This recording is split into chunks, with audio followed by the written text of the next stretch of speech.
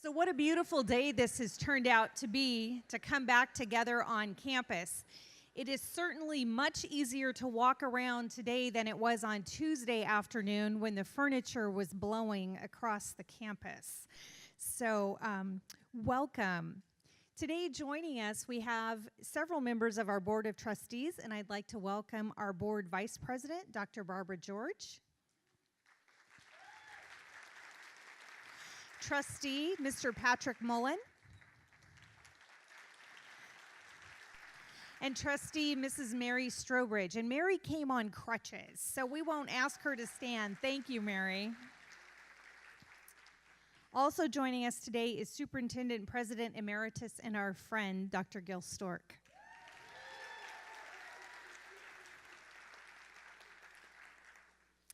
So I really appreciate that our Academic Senate and our CCFT folks were incredibly short. I had imagined that we were going to be starting a little later than we are.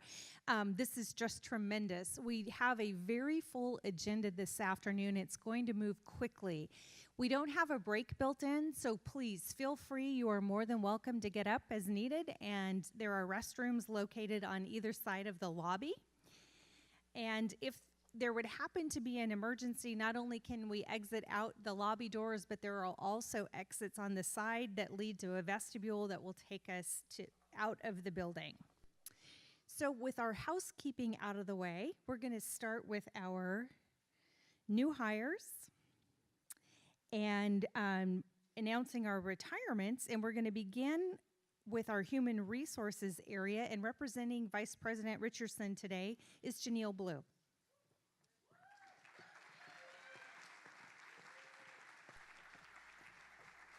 Hello. So I'm going to start with acknowledging and also congratulating our fall retirees. I will try my best with everyone's names. I kind of got it easy this year. Lori Allen, Deborah Barker, Vern Haynes, Amy Mooney, Marianne Zarica, Judy Beyer, Kristen Pimentel, Fred Trombley, and Wendy Wagner.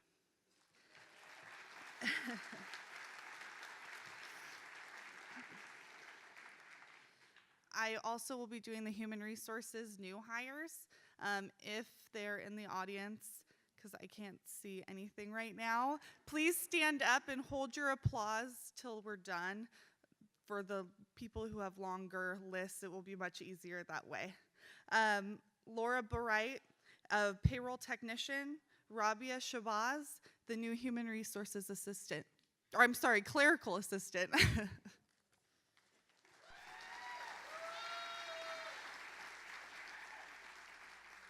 And next up will be Shannon Hill.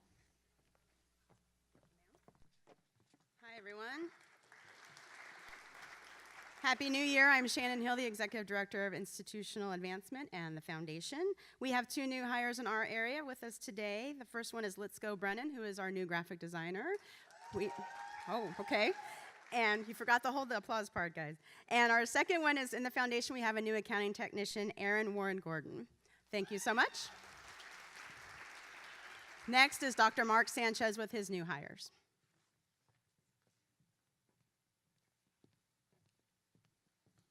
Good afternoon, everyone. I'd like to introduce our three new hires in student services. I'd like to start with Ariel Abbott, who is our bilingual enrollment success specialist. Ariel. Second is is Blim Diaz Infante. She's also a bilingual enrollment success specialist. And last but not least, Leah Brandt, who's our registered nurse in our student health center.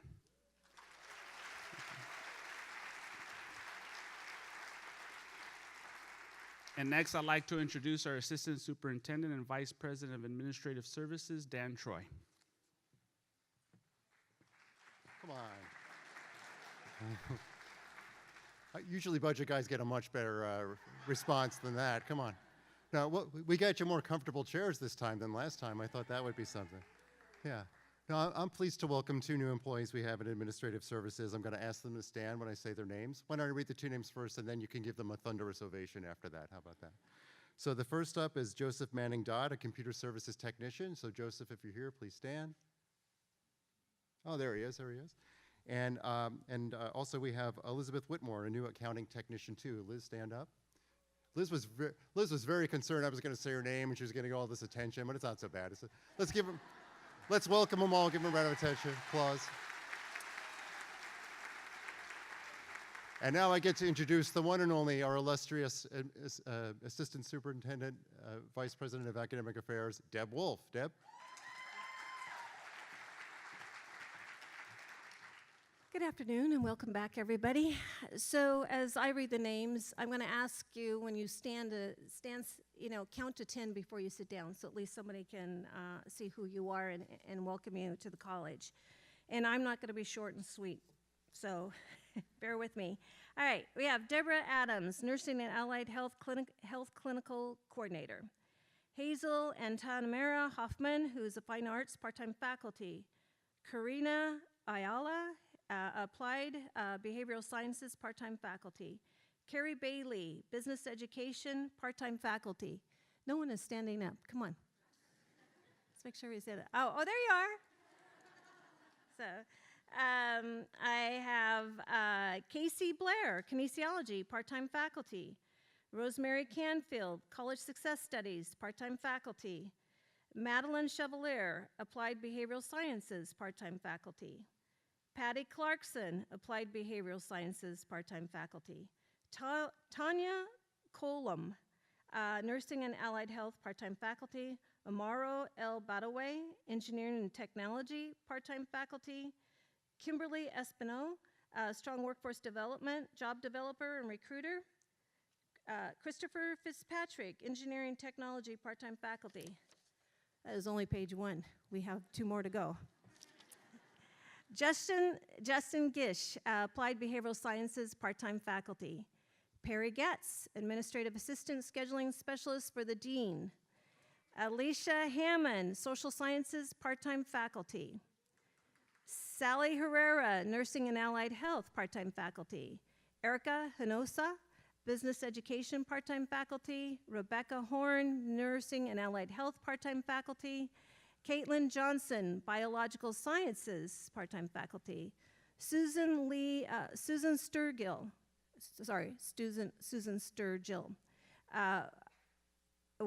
WD and CP part-time faculty. William Loy, WD and CP part-time faculty. Daniel McCrane, Nursing part-time faculty. Marilis Marquez Iskold, Applied Behavioral Sciences part-time faculty. Teresiana Mata Rise, Language and Communications part-time faculty. Robin Matison, Nursing and Allied Health part-time faculty. Richard Malaya, WED and CP non-credit part-time faculty. Mariah Miller, Toddler and Preschool Assistant Teacher. Rita Mills, WED and CP part-time faculty. William Morris, Engineering and Technology part-time faculty. Michelle Patrick, Business Education part-time faculty. Lorena Pike, Languages and Communications part-time faculty. Veronica Rains, Applied Behavioral Sciences part-time faculty. Marcos Ramirez Santos, Academic Success Coach. Page 3, we're moving on. Perry Roeder, Instructional Aid. Irene Roselli, WD and CP part-time faculty. Saul Ruiz, Bilingual Academic Success Coach. Julie Center, Nursing part-time faculty. Clark Stewart, Technical Director, Theater. Shannon Sutherland, Computer Lab, Learning Management Systems Specialist. Milan Tolani, Toddler and Preschool Assistant Teacher. Brandon West, Biological Sciences, part-time faculty. And David Zaragoza, Engineering Technology, part-time faculty. So I'm going to ask everyone whose name was called, please stand up one more time. Everybody, and then that's.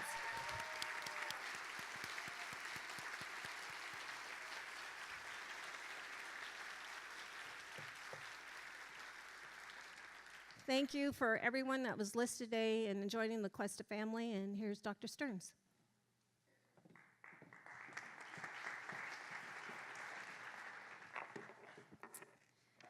So welcome to all of our new employees.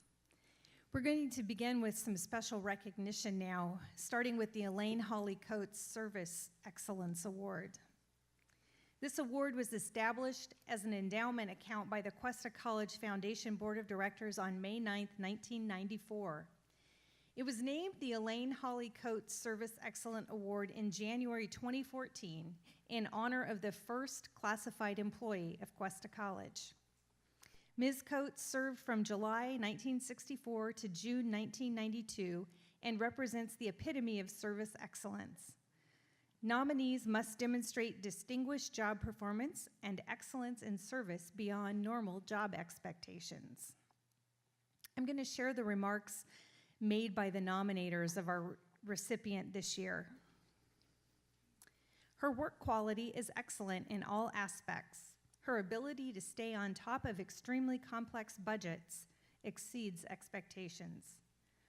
Her contributions are impossible to fully quantify. She loves Cuesta College, plain and simple, and expresses it through her work ethic and commitment to students. She provides exceptional support to the division. Her work is excellent, her attitude exceptional, and her caring nature highly valued. Her collegial working relationships with people across campus are instrumental in fulfilling a multitude of needs, such as obtaining computer access for new faculty, reserving rooms for events, establishing and increasing purchase orders, ordering office supplies, and facilitating student needs in admissions and records and counseling. She's an incredibly competent individual who provides exceptional support.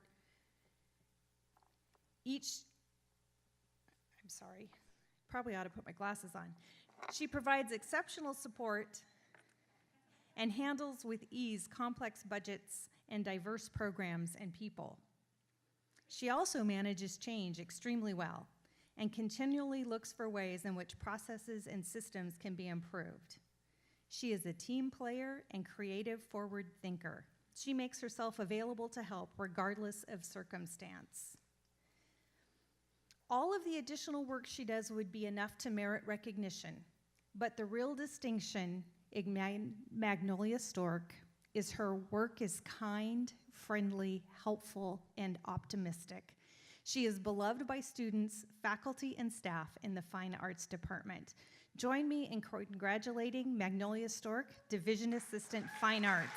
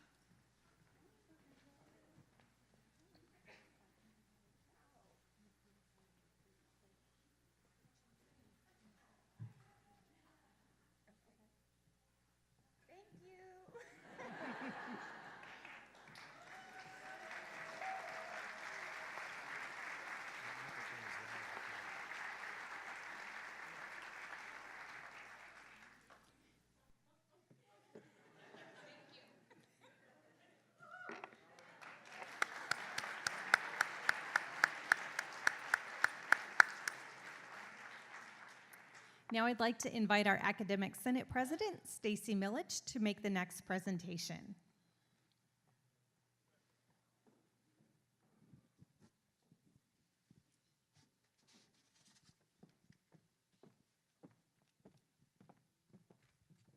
Hello, everyone. Nice to see the faculty again and all the rest of you. Super thrilled to be up here today because I get to do a super fun thing, which of course is award. And this is going to be my last presentation of a Faculty Excellence Award, so I'm cherishing every moment. This award is called the Peter and Mamay Diffley Award for Faculty Excellence. As you might imagine, it was established by Peter Diffley in the name of his wife, Mamay Diffley. She passed away in January of '87.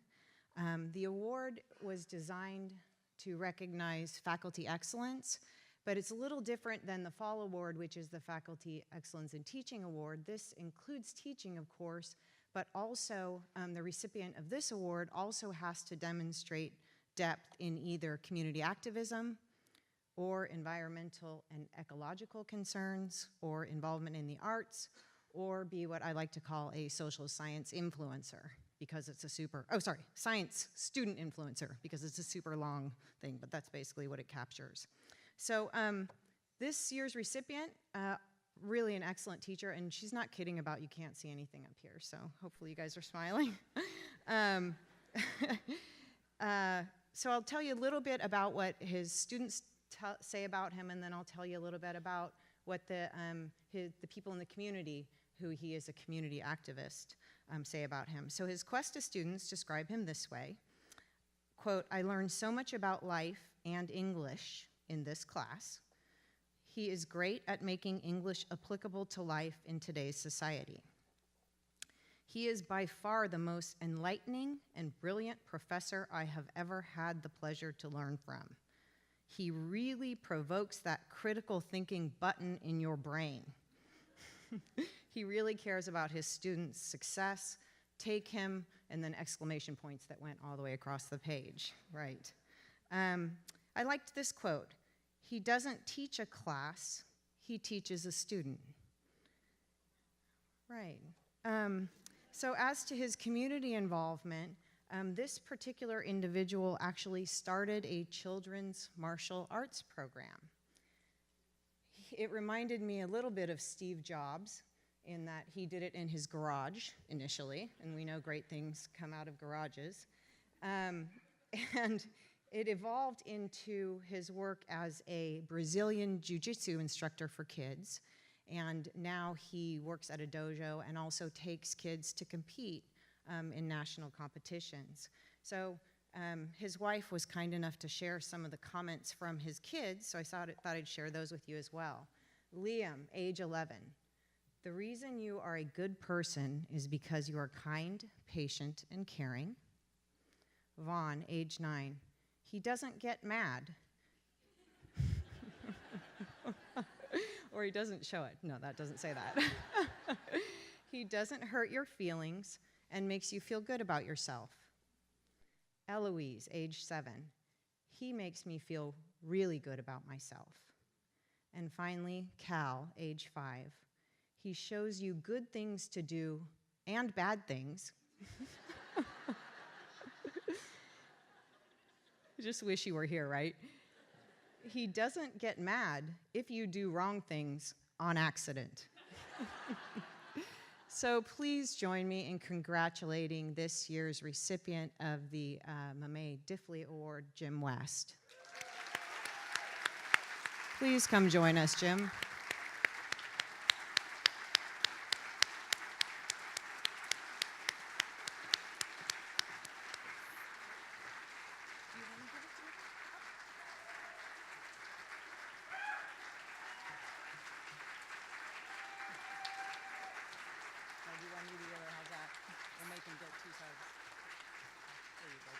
Congratulations. No, you're most welcome. Congratulations. Richie's going to take a formal picture.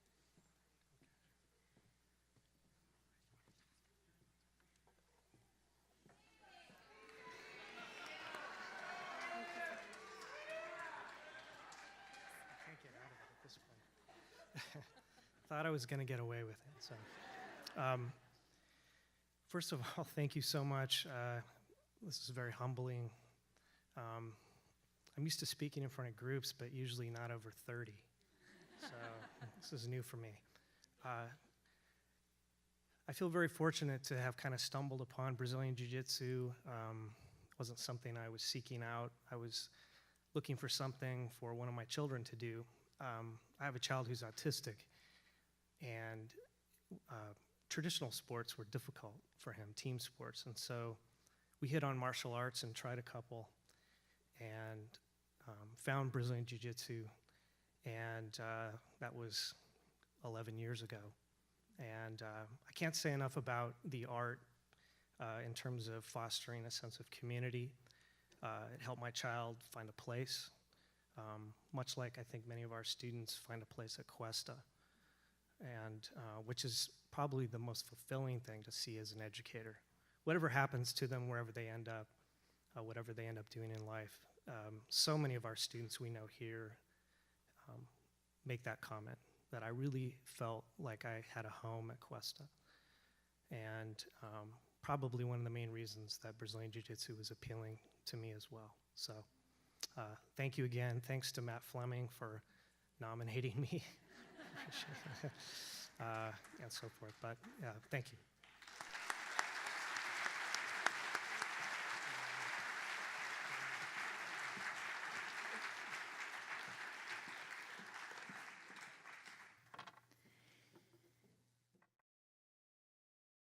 Campaign for College Opportunity recognized Cuesta College as a 2017 Higher Education Champion for Excellence in Transfer.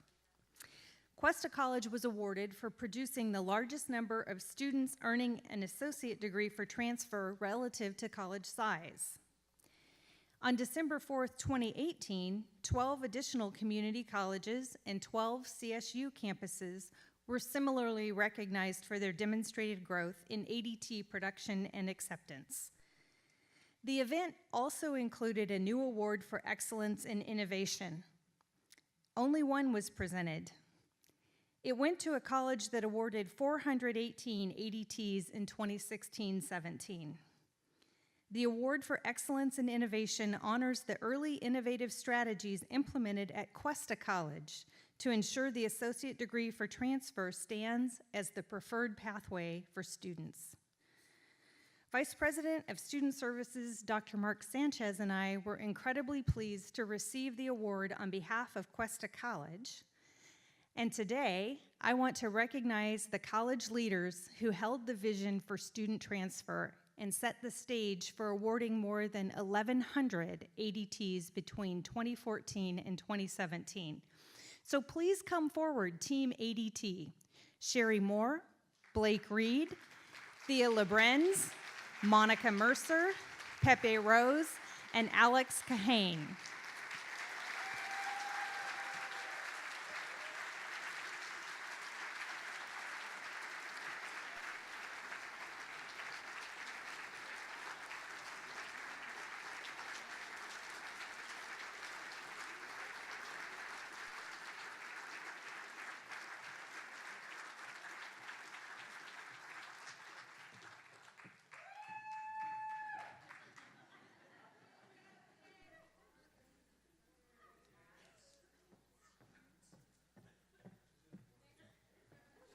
So this is, I'll tell you, the award itself is a little bit of a letdown after the huge recognition. Has a cartoon graduate on it. But I do want to say thank you. Thank you for your vision, for your inspiration, and your persistence that set Cuesta College apart as an ADT awarding institution.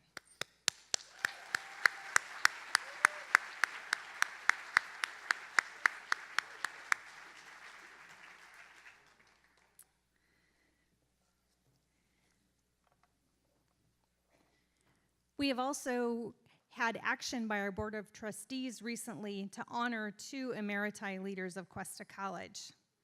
To honor the 50-plus year legacy of Dr. Gilbert H. Stork upon his retirement as Superintendent President by placing his name on the gymnasium, the district recognizes the depth and breadth of the work of Dr. Gilbert H. Stork and his unique contributions supporting student success, which began in the athletic department and which the Board of Trustees outlined in their resolution approved on June 6, 2018.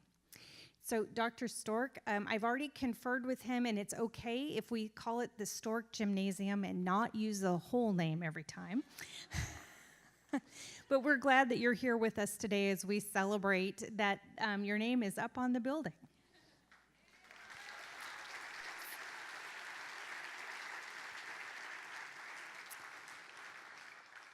And on December 5th, 2018, the Board of Trustees took unanimous action to honor the legacy of Dr. Frank Martinez as a founding administrator and president superintendent emeritus of Cuesta College by placing his name on the instructional building.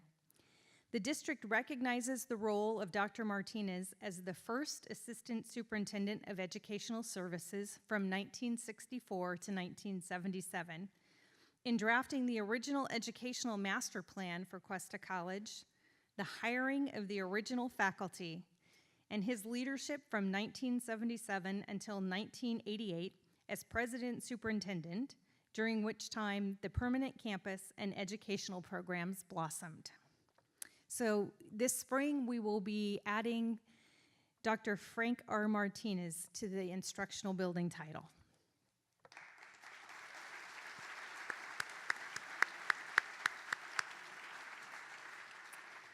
Dr. Martinez just celebrated his 97th birthday, and he's still at Rotary every week. All right, now it's our opportunity to share milestones. So I know we had a busy fall, and some of you, no doubt, had an event-filled winter break. Is there any news that's worth sharing?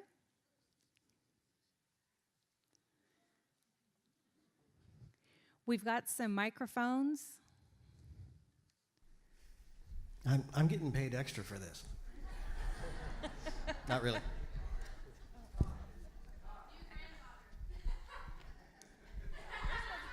Okay, yes, we have a new granddaughter.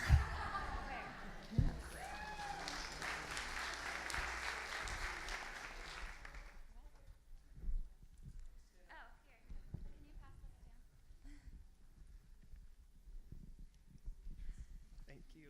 So my name is Wes Martin, for those that don't know me, and my wife and I had our first child on December 6th. That's really worth celebrating. And a future cougar, I should add.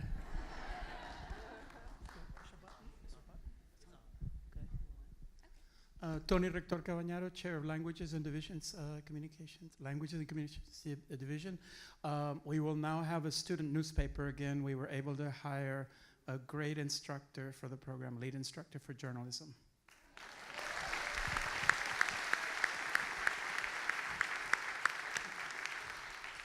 Our sign language interpreter, Julia Thompson, is about to make me a great, great aunt.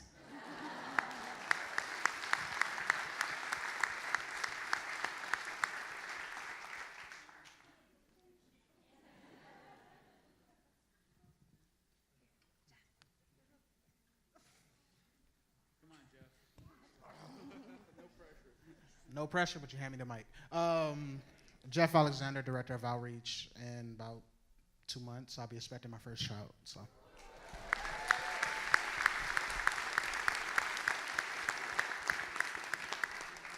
I figure this is a good time to make announcements too.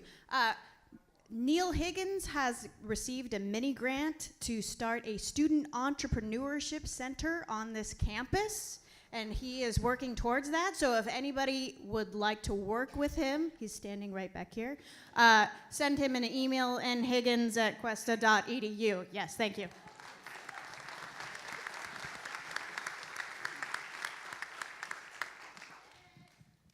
Hello, everyone. Nanette Pina, if you don't know who I am already. I actually got married on November 12th.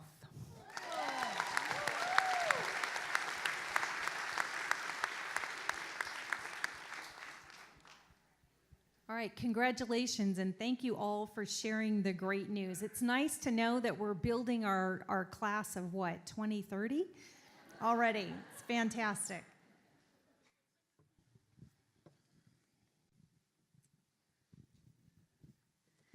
Okay, now it's the part that I have been looking forward to for quite a while. I love opening day. I love the opportunity to come together, and today we are really going to focus on what is important. And I had a few people ask, and they said, one, what is one? And I was so glad to have the question. And we're going to invest our afternoon. We have lots of presenters who are going to be involved, and we are going to talk about all of the things that are happening at Cuesta College to change the completion outcome for our students. And when we look at completion, there is data all over the place. And unfortunately, none of it looks good.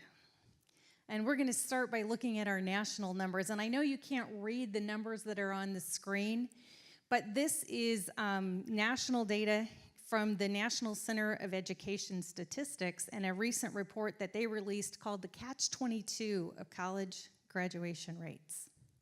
I didn't even like the title.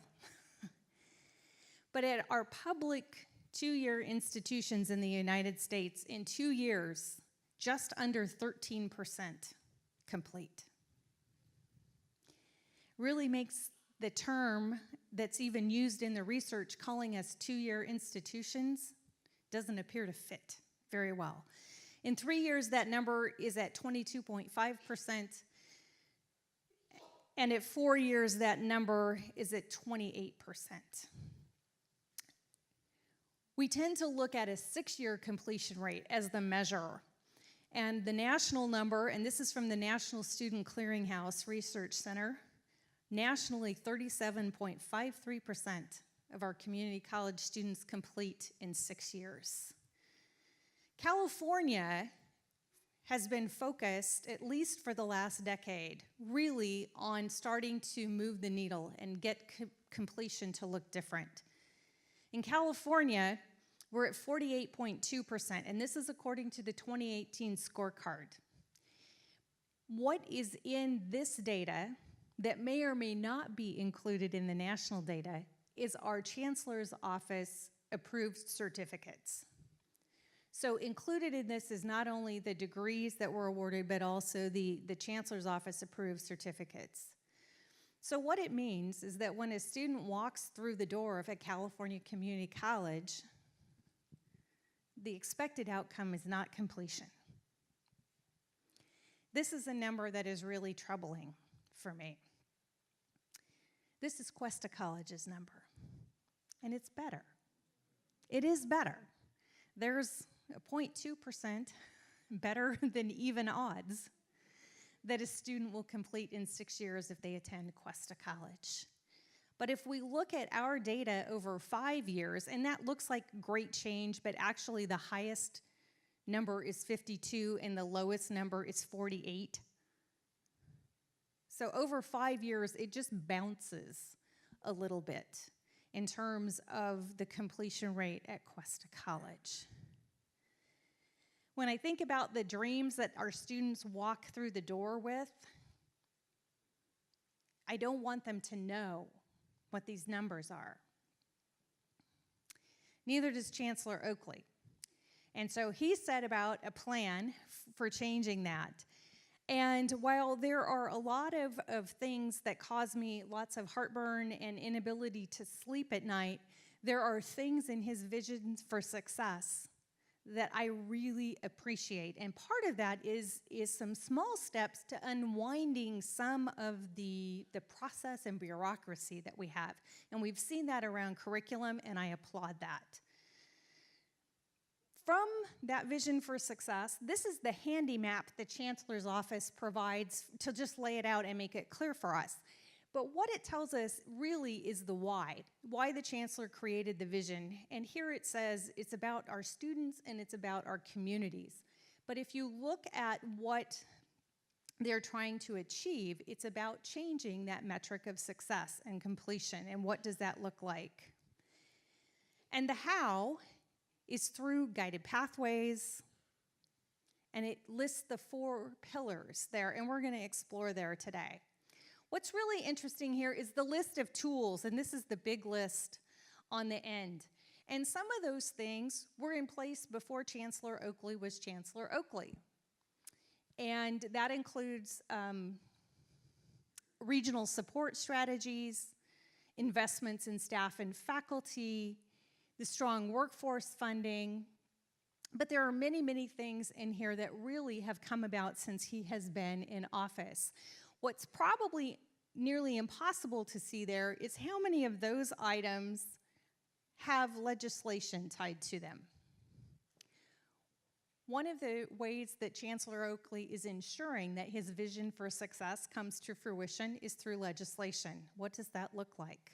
Well, this is in 2018, the legislation that touches on academic affairs and finance and facilities and just the general counsel. Our student services were hit pretty heavily, workforce area. And all of those things change how we operate, how we do our work. And much more quickly can the legislation pass bills to change how we work than we can respond to them. But we are expected to respond. And we are doing great work at Cuesta College to respond, but we still have room for additional adjustment. And as I've thought about this, what I do really appreciate is the very focused intent to change the outcome for our students. I believe you would all stand with me in saying we don't want our students to know that they have a 50-50 chance of completing in 6 years. And we think that we can change that for them. But when we think about how do we get there, it often feels overwhelming. And I just want to share with you something that I heard, and it was way back. It was at the first Equity Summit, and I can't remember if it was 2014 or 2015, and I can't find my notes. But Dr. Francisco Rodriguez, who's the chancellor of the LA Community College District, was speaking. He was a keynote at that event. And he said, what we have to do is we have to change and stop talking about our students' level of preparedness and saying our students are not prepared for college and saying they're underprepared. And he said, what we have to do is become a student-prepared college. And that resonated with me, and I have spent a tremendous amount of time thinking about that and thinking about the real value in thinking through that lens. And it's this: we have no influence on who our students are. There's very little we can do to change what their K-12 pathway looks like. We can't change their home situation. But we can change, and we are changing in very significant ways, how prepared we are to help them address the challenges that they bring when they walk through our door. So with that, we are going to start with a panel on AB705, which has brought very significant change already to Cuesta College. So our VP of Academic Affairs, Dr. Deborah, is going to be joined by the Division Chair of English, Steve Leone, Division Chair of Mathematics, Denise Chelson, the Director of Assessment and Triple SP, Aaron Lestrato, and the Division Chair of Student Services, Glenda Moscoso, to walk us through AB 705.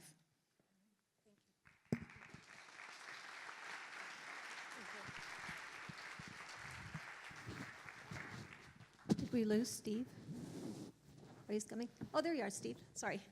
You'll see you can't see anything up here, so. First off, I want to tell you,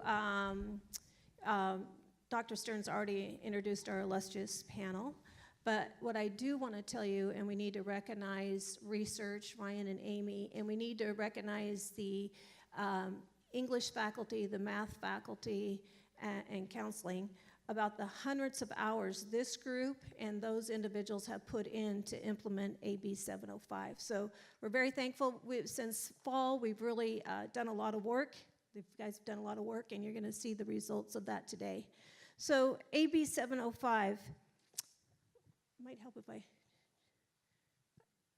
AB 705. Okay, so this is a bill that was signed by Governor Brown in 2017. It was effective in 2018, and it is mandatory implementation in fall 2019. Cuesta is already doing a soft implementation this semester, so that's pretty amazing. The bill requires the district or college to maximize the probability that a student will enter and complete transfer-level coursework in English and math within a 1-year time frame. College level within a 1-year time frame, and you'll hear in the next presentation, but this is, the success is tied to our new funding formula and the responsibility of Cuesta to get our students through that. And then for the placement of students in English math courses, they use one or more of the following: high school coursework, high school grades, and or high school grade point average. And we use all three of those measures for the students as we move forward. What I want to do is to kind of give you some background. So the legislature, they want to ensure that students are not placed into remedial courses that delay or deter their education progress. And you can see it with what Dr. Stearns put up on the, on the screen before. You can see how little success we really have. The second thing is that, in our previous mechanisms that we've had, there has been a high level of students of color being placed in remedial courses. And then other evidence that Chancellor Oakley was really using is that the evidence that suggested that too many community college students were put in remedial. Now, from our own data, we can see that Cuesta has not had a lot of success rate or throughput when you start students 3 levels, 2 levels, and 1 level below. So with that, I'm going to, I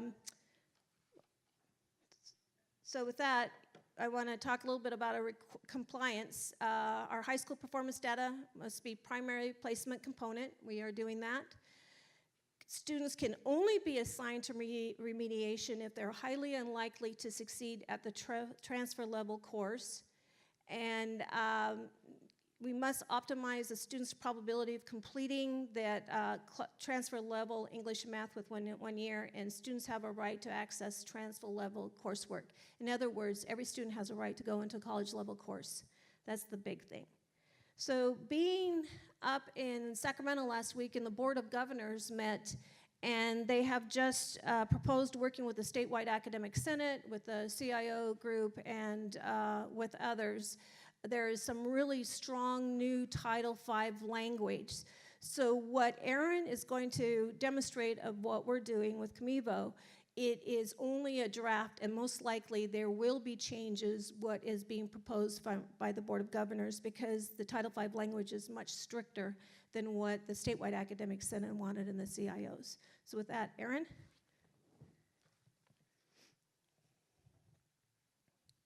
You want to go on this or that? Good afternoon.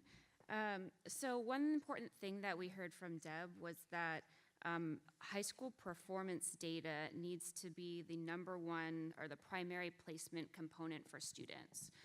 So what does this new process look like for students in terms of placement? In the past, we would have students apply to Cuesta, and then we'd be directing them to do an assessment test, a standardized assessment test. And under AB 705, that's no longer permitted. So Student Services has been working with our math and English divisions, and we've been looking at a new way in which we could place students.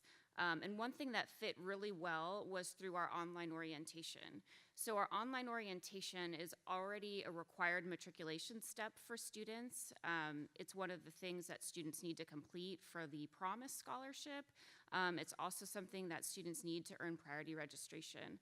And so we were able to incorporate kind of the new AB 705 compliance rules into our online orientation. And then it falls into the overall matriculation process, where students will have an opportunity to go to an in-person orientation where they can have face-to-face academic counseling with our academic counselors. So right now, our fall application is already live. So we're already kind of working in this process of compliance. So our goal is that our online orientation will be ready in March, and then our in-person orientations begin in May. But what I want to show you today is a preview of what we've done. The program is called CMEVO. It's the one we've already been using for our online orientation. But I'm going to show you what it looks like for students, what the student experience will be. So students log into their MyQuesta account, and from there they can access the online orientation. So when they go in, they see a Welcome to Cuesta College page. And then I'm going to take you through 2 different student profiles on the math side to show you what the experience could look like depending on the information that we get from the students. So our first student we're going to look at is one that is interested in STEM. So again, as we were mentioning with AB 705, we must be using high school performance information to place students. And so what it looks at is when the student graduated from high school, what was the highest math class that the student took, what grade they received in that class, and what was their overall high school grade point average. So for the sake of this example, we're using a student that's graduated high school within the past 10 years, who completed pre-calculus, had an A in that class with a 3.7 grade point average. So we're looking at a student with a strong math background to show you what that would look like. So it takes that information, and off of the studies that the RP group did, there's default placement rules. And so that's what's working behind the scenes with all of this, is these kind of placement matrices. So based off of the student placement information, it gives them a whole array of courses that they now qualify for.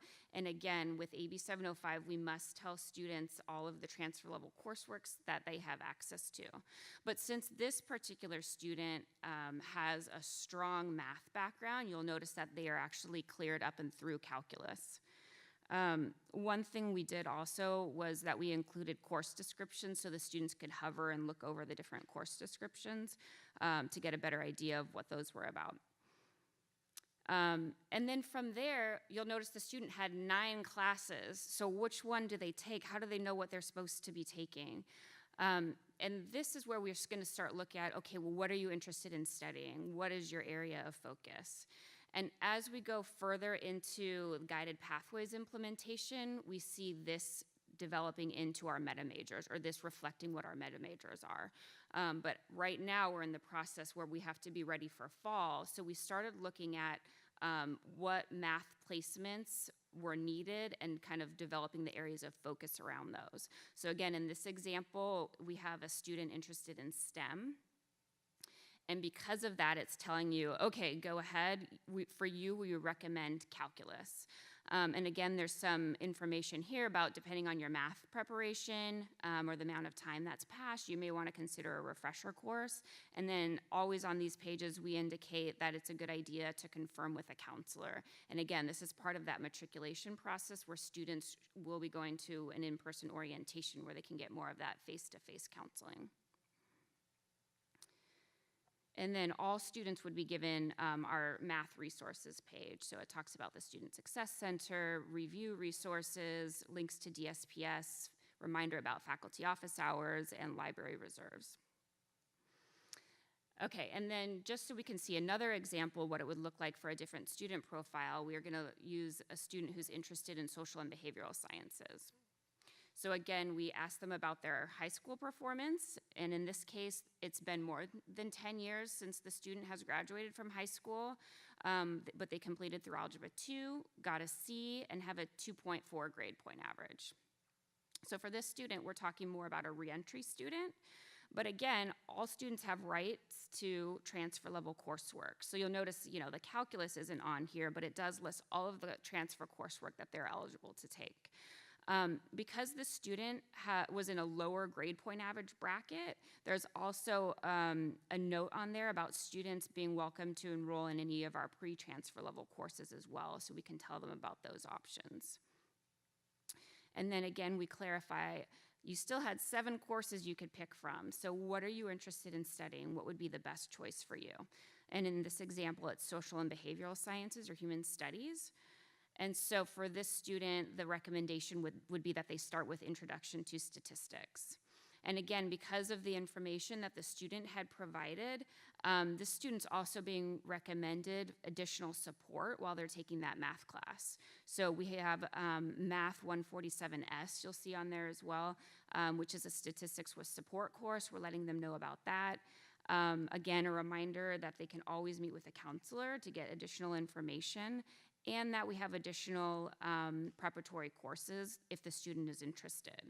So because of what they had indicated, we are going to ask the student, are you interested in taking a preparatory math course?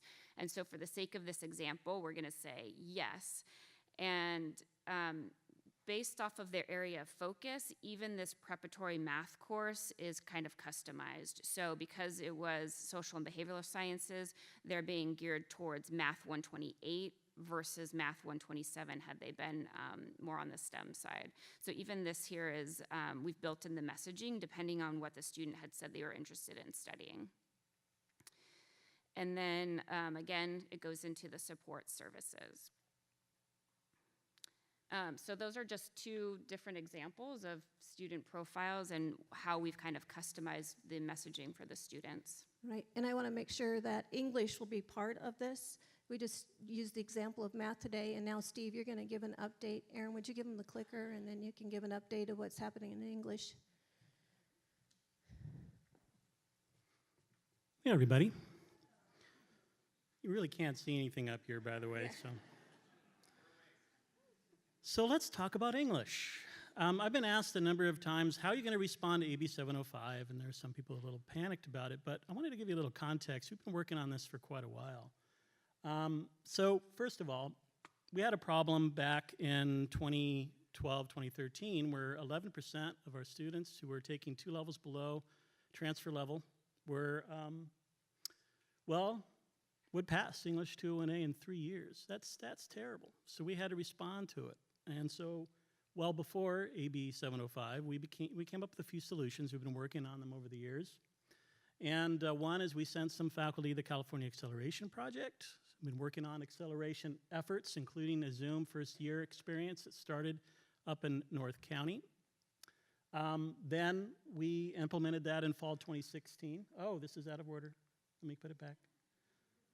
And then we had Zoom counseling support, academic support coaches, all starting in fall 2016, embedded tutoring. And then we've been making some major improvements to the Writing Center, and that's partly why I'm going to pitch to all of you to get all of your students to our Writing Center to help with our student success in English. And then, of course, we moved to MMAP placement, and we implemented that this past spring. And that's, of course, when we began to work on our efforts to respond to AB 705. We also created an accelerated course, English 180, which allows students who were formerly placed into English 99, 2 levels below, to take this accelerated course so that they only take 1 semester to get into 201A. And then, on October 13th, 2017, AB 705 was signed into law. And so we began some other efforts. Because we needed to make sure that all students who come here from high school are able to pass transfer level English within 1 year, and so we accelerated our efforts. One of the first things we did was work on a co-requisite course. It wasn't called that at first, but it now is a co-requisite course that we're going to pair up with a number of our 201As, and it is an additional 1 unit, 1 hour, essentially a week, to offer additional instruction in research methods, critical reading skills, composition skills. It's not a lab. It's essentially additional instruction provided by our faculty.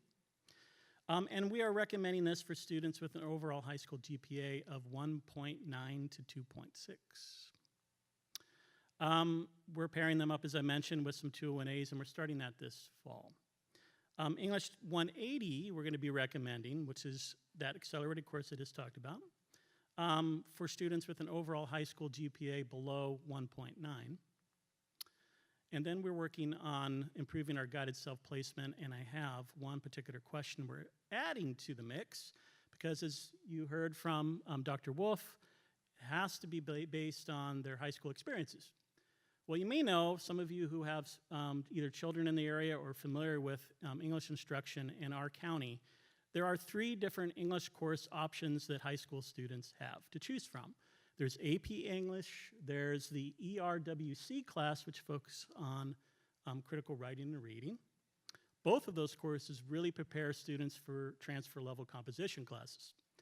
And then there's other senior year English courses that don't really focus so much on critical reading skills development or critical writing skills development.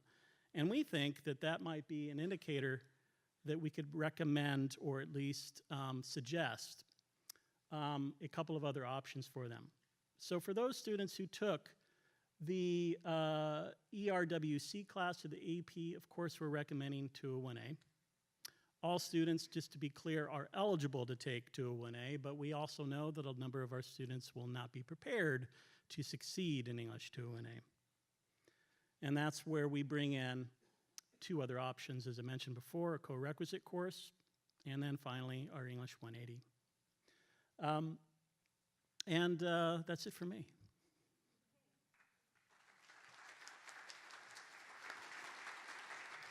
So thank you, Steve. Denise is going to give us an update. And again, some of the language you see is probably going to be softened from what's in the new Title V regs that are going to be approved. So Denise, will you give us you have your speaker works right there in the clicker? Oh, you don't need a clicker. Pass it. Just talk. Oh. Wow, I feel like I'm on a talk show. And okay. I guess we kind of are. Anyway, when we got news of this sweeping legislation for math, it was a complex problem. We have 17 math classes, and it now means that 7 of our math classes are first-tier transfer levels, so students can have access to 7 different classes. So guiding them, this has been a huge task to do kind of a soft opening, like restaurants this spring. We've done it, and anyway, it has taken a cross-campus effort, and working with the student services, our administration, institutional research, the Student Success Center, math department has been running all over working with all these people, and I have to say, super impressed that we have to do this under fire, and every entity has just been so helpful with input and has just jumped in. And I was at a statewide Senate workshop on AB705, and people were talking about all the issues at their school, a lot of anger, a lot of issues, and I'm like, wow, we have a really functioning campus, a really high-functioning campus, because I just felt like everyone's in it and doing it. So anyway, I just wanted to share that because that perspective. But what we are doing, we found from our data that the biggest increase, for those who were in the ADTs, know that statistics is required for the overwhelming majority of ADTs. So statistics has been shown through Ryan's office we already have seen a significant increase for spring. It's just going to really, really take off in demand. So with that in mind, we have been working with the Success Center, who's been fantastic in trying to up the support for students, and they are working together with us to create a statistics lab, which is being piloted this year and will be increased in offerings and hours and finding space, which is, of course, kind of a group effort across campus too to make that happen. So in addition to the statistics lab that you can recommend to your students, or students you see on campus who are talking about, and struggling in stats, we are, like English, offering a support course for the statistics, which is going to be the 147S, a 1-unit pre-transfer level statistics support, which would have a parent course that it would be offered in conjunction with. And that will be for fall. And the other thing that's coincided really nicely is that our statistics has been going through a big paradigm shift in line with the American Statistical Association, which emphasizes more interpreting data and then lessening the amount of calculations. So this is really coinciding really well, and it really fits to maybe incorporate a project and such too. Now, if you're in a department where you offer classes that have math subskills, I'm going to share with you some things that math is currently doing. Some of these are new, some we've already been doing. Some of these you might already be doing. Maybe you'd want to add some of them in your division. And we are absolutely, completely open to input. Anything that's working, send it our way, because we want to help our students. So embedded tutors, we've already been using those. We'll probably increase the usage of those. Just-in-time review, we are incorporating into our courses. Studies show that the review done in a timely fashion as you need it is far superior to front-loaded review. And so we're working on that as individual instructors. But then we have folks who are working on creating a Canvas course shell where they would create that just-in-time review with that would coincide with that particular course, and it'd be video, worksheets, practice quizzes, and then what can happen is if someone's using Canvas, they can like make the little modules show up. Or if we hire like a new adjunct faculty who's not ready to use Canvas yet or something, we can give them the URL to share with their students. So for like college algebra, you know, here's all these little intermediate and elementary algebra skills you need at these certain points. The student can then self-enroll in that shell. So that's something that could be done with any course. Also, person-to-person workshops. And we have definitely increased the time we are spent dialoguing with each other about pedagogy in our meetings, and we do a pre-semester retreat. And then the other thing, and I'll give this plug being part of that Equity and Student Success Committee as well as we're doing in the math department, is early intervention with struggling students. We'll continue to dialogue about that in the first few weeks of class, making sure there's one-on-one. And I can see we're getting like the...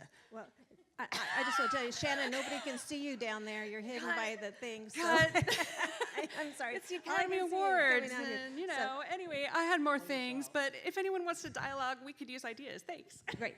I just want to make sure that everybody recognizes also, Steve, can you click it for us? Recognizes what computer services and facilities did to get the 2 new classrooms set up for more students going into statistics, and then the lab, and then especially Quay and Siboney of what we're doing with the Student Success Center. So, but next is counseling. Hello, everyone. Buenas tardes a todos. So this, counseling is, as we are implementing AB705, we are having conversations in our counseling meetings on how we're going to support students. So we are communicating to students about AB705 and also intentionally advising students on their choices. We want them to be successful, and one of the things that we do is really looking at the student as a whole and making sure that we are advising so that they can make the right choices for them. Having said that, we're in regular communication with English and math to implement best practices for our students. So Denise came to our student services meeting last fall, and we had also Steve coming, and so we're having those conversations constantly and collaborating with each other to make sure that our students are going to be successful as we transition into AB705. Also, we are having discussions individually with the students and making recommendations that are in the students' best interest. Just to give you an example, for a student that is a non-STEM major, we are recommending Math 230. We know if the student success rate for that class is really high. So if you are interested in checking it out, I invite you to look at the research website. Counseling, we're looking at the success rates in math.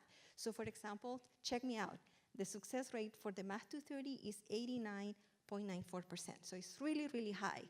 So, that really helps the students because sometimes they are fearful, and we're having these conversations with them. Sometimes it takes them a while to make the choice, for them to feel comfortable or making that choice. But when you show them the numbers, it kind of eases their fears, knowing that with the support, they're going to be successful in that class. So having said that, with their fears, we are referring them to the bookstore to check out the books, so that they can see the material that they're going to be taking before they actually enroll in the class. We are also encouraging them to look at the resources that we have in our assessment website, using Khan Academy and other resources to kind of brush up their skills before they go into the transferable math. So those are some of the things that we're doing. And really, we are really taking extra time to address their thoughts and beliefs regarding their skill set, especially if with math, a lot of the students have a lot of fear. So really addressing that with the student and their prior academic experience in both English and math. So again, supporting the student to the best of our ability and making them aware of the resources that are available to them. All right, thank you, Glenda.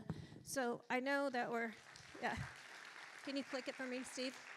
So we didn't get to a couple questions that we wanted to, but I think as you going in and talking to any of these 4 individuals, and Aaron, thank you for Camiba and the work that you've done with that. It's pretty phenomenal.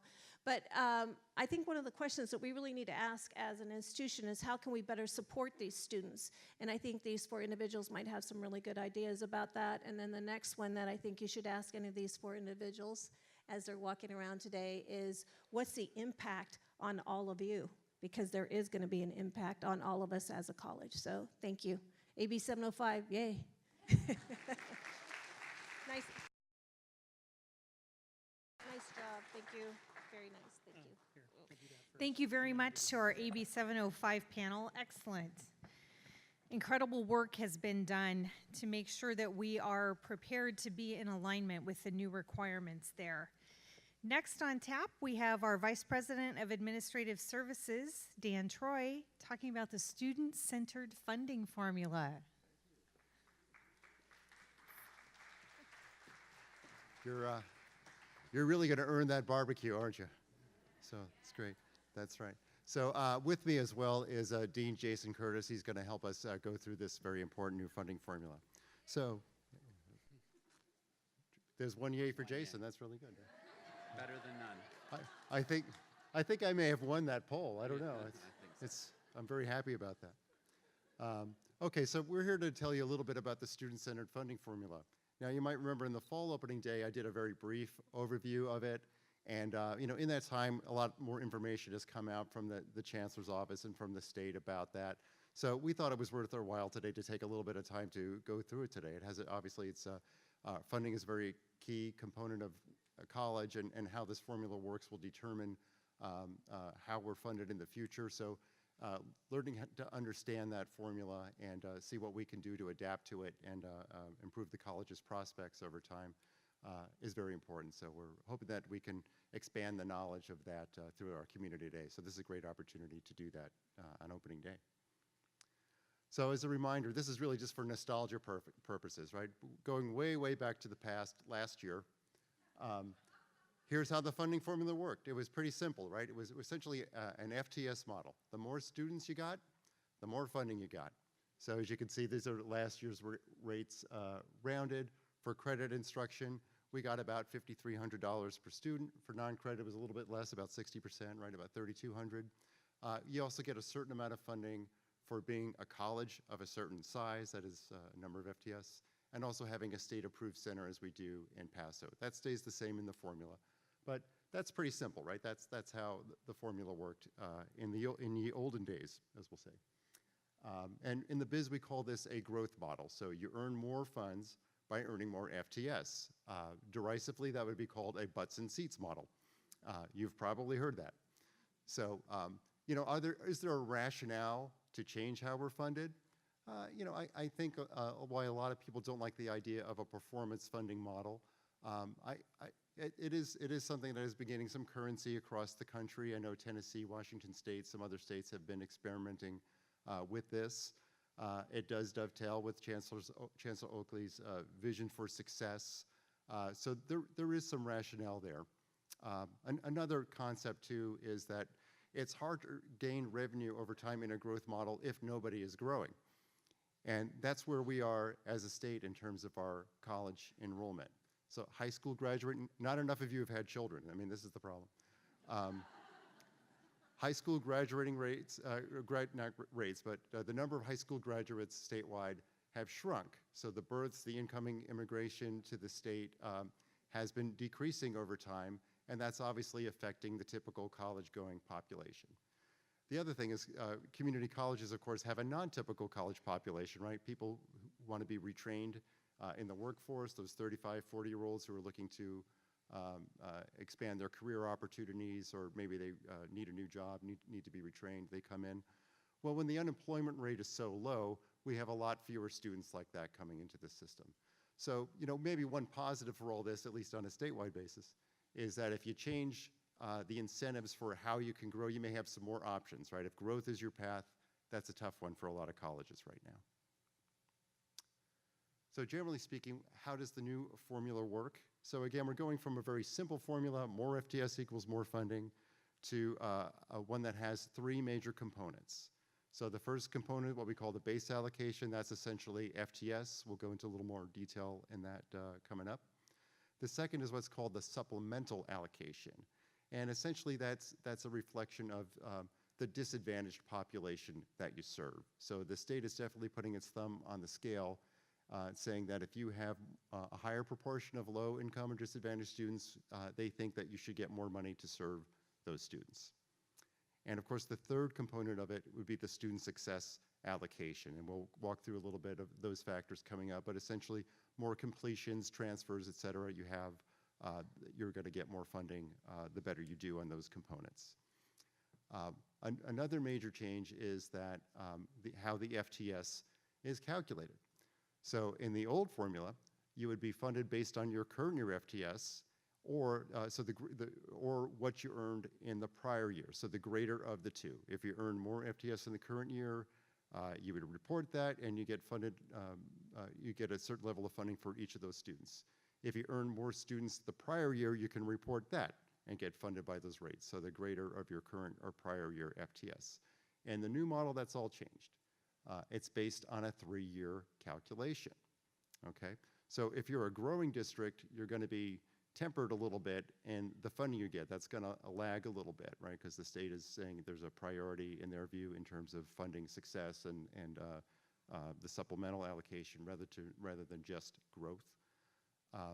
And that has, but that also has big implications for us, a district that's not growing much, because we used to do this thing called summer shift. How many people know what summer shift is? Jason does, good. I was hoping he knew that would be a problem. Real briefly, so the state allows you to report your summers in, a summer crosses the fiscal years, right? The state allows you to choose which year you want to report them in. What we've been doing traditionally, and a lot of other districts do too, is we take advantage of that, and we report 2 summers in 1 year. That allows us to report a number way up here.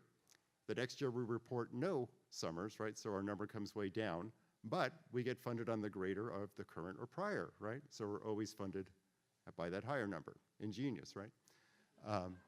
Well, guess what? Now we have a 3-year average, so we always have at least 1 bad year in that 3-year average, right? So that means that we're not going to get funded, we're not going to be able to report FTS at a high level as we have in the past.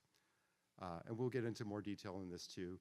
The state is providing a 3-year transition to the new formula. So if you do better in the new formula than you did in the old one, you'll be funded by the new formula. And if you do worse, you have 3 years to phase into that formula. So we'll talk a little bit about that, more about that coming up.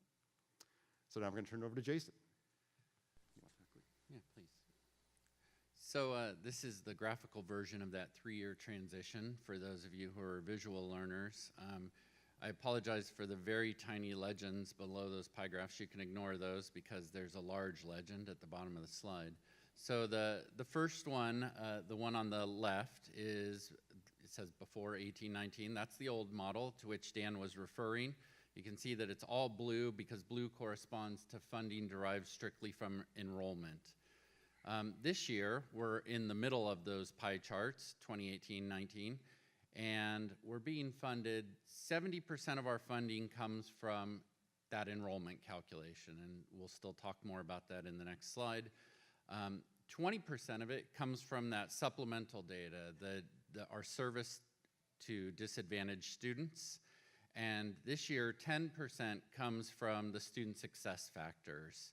Now, over time, the governor and the legislature would like to scale up the emphasis on those student success factors. And so the plan was originally to go from 70-2010 this year to 65-2015 next year, and then 60-2020 in the final year of the transition, 2021 and beyond.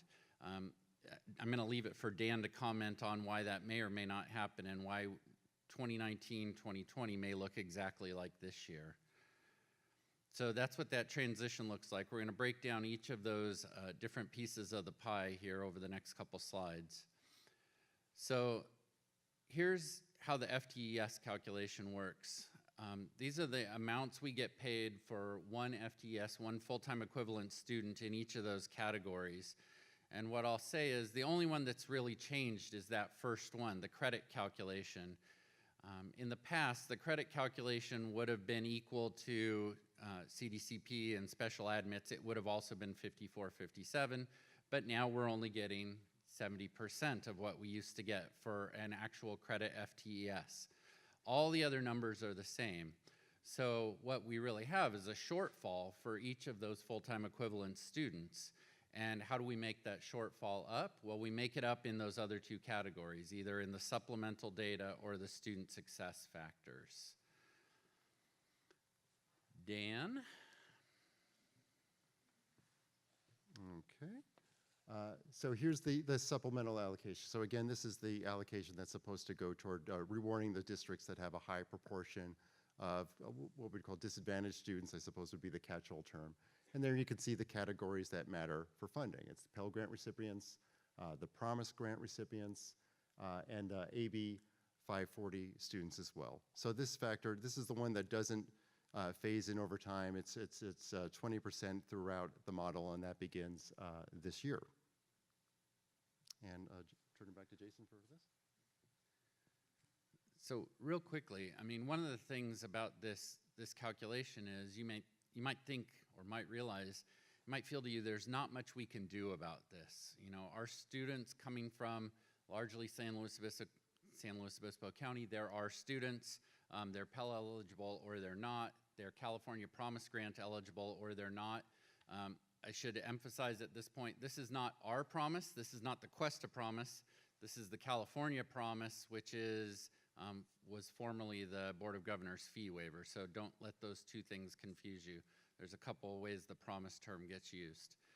So for us, it actually did change. So from 16-17 to 17-18, we have 180 more Promise Grant students than we had before. We have 290 more Pell students than we had before. So this is a number we can affect potentially as we go forward, and we'll talk about that towards the end.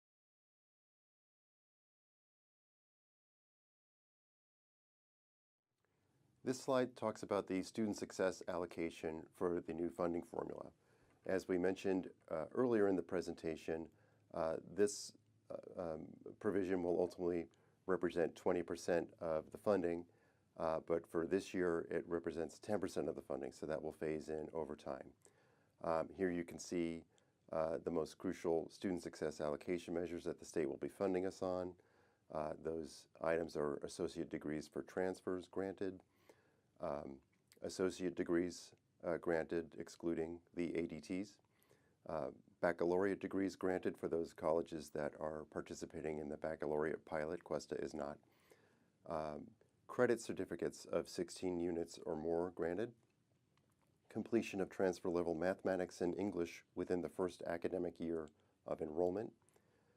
Successful transfer to a 4-year university.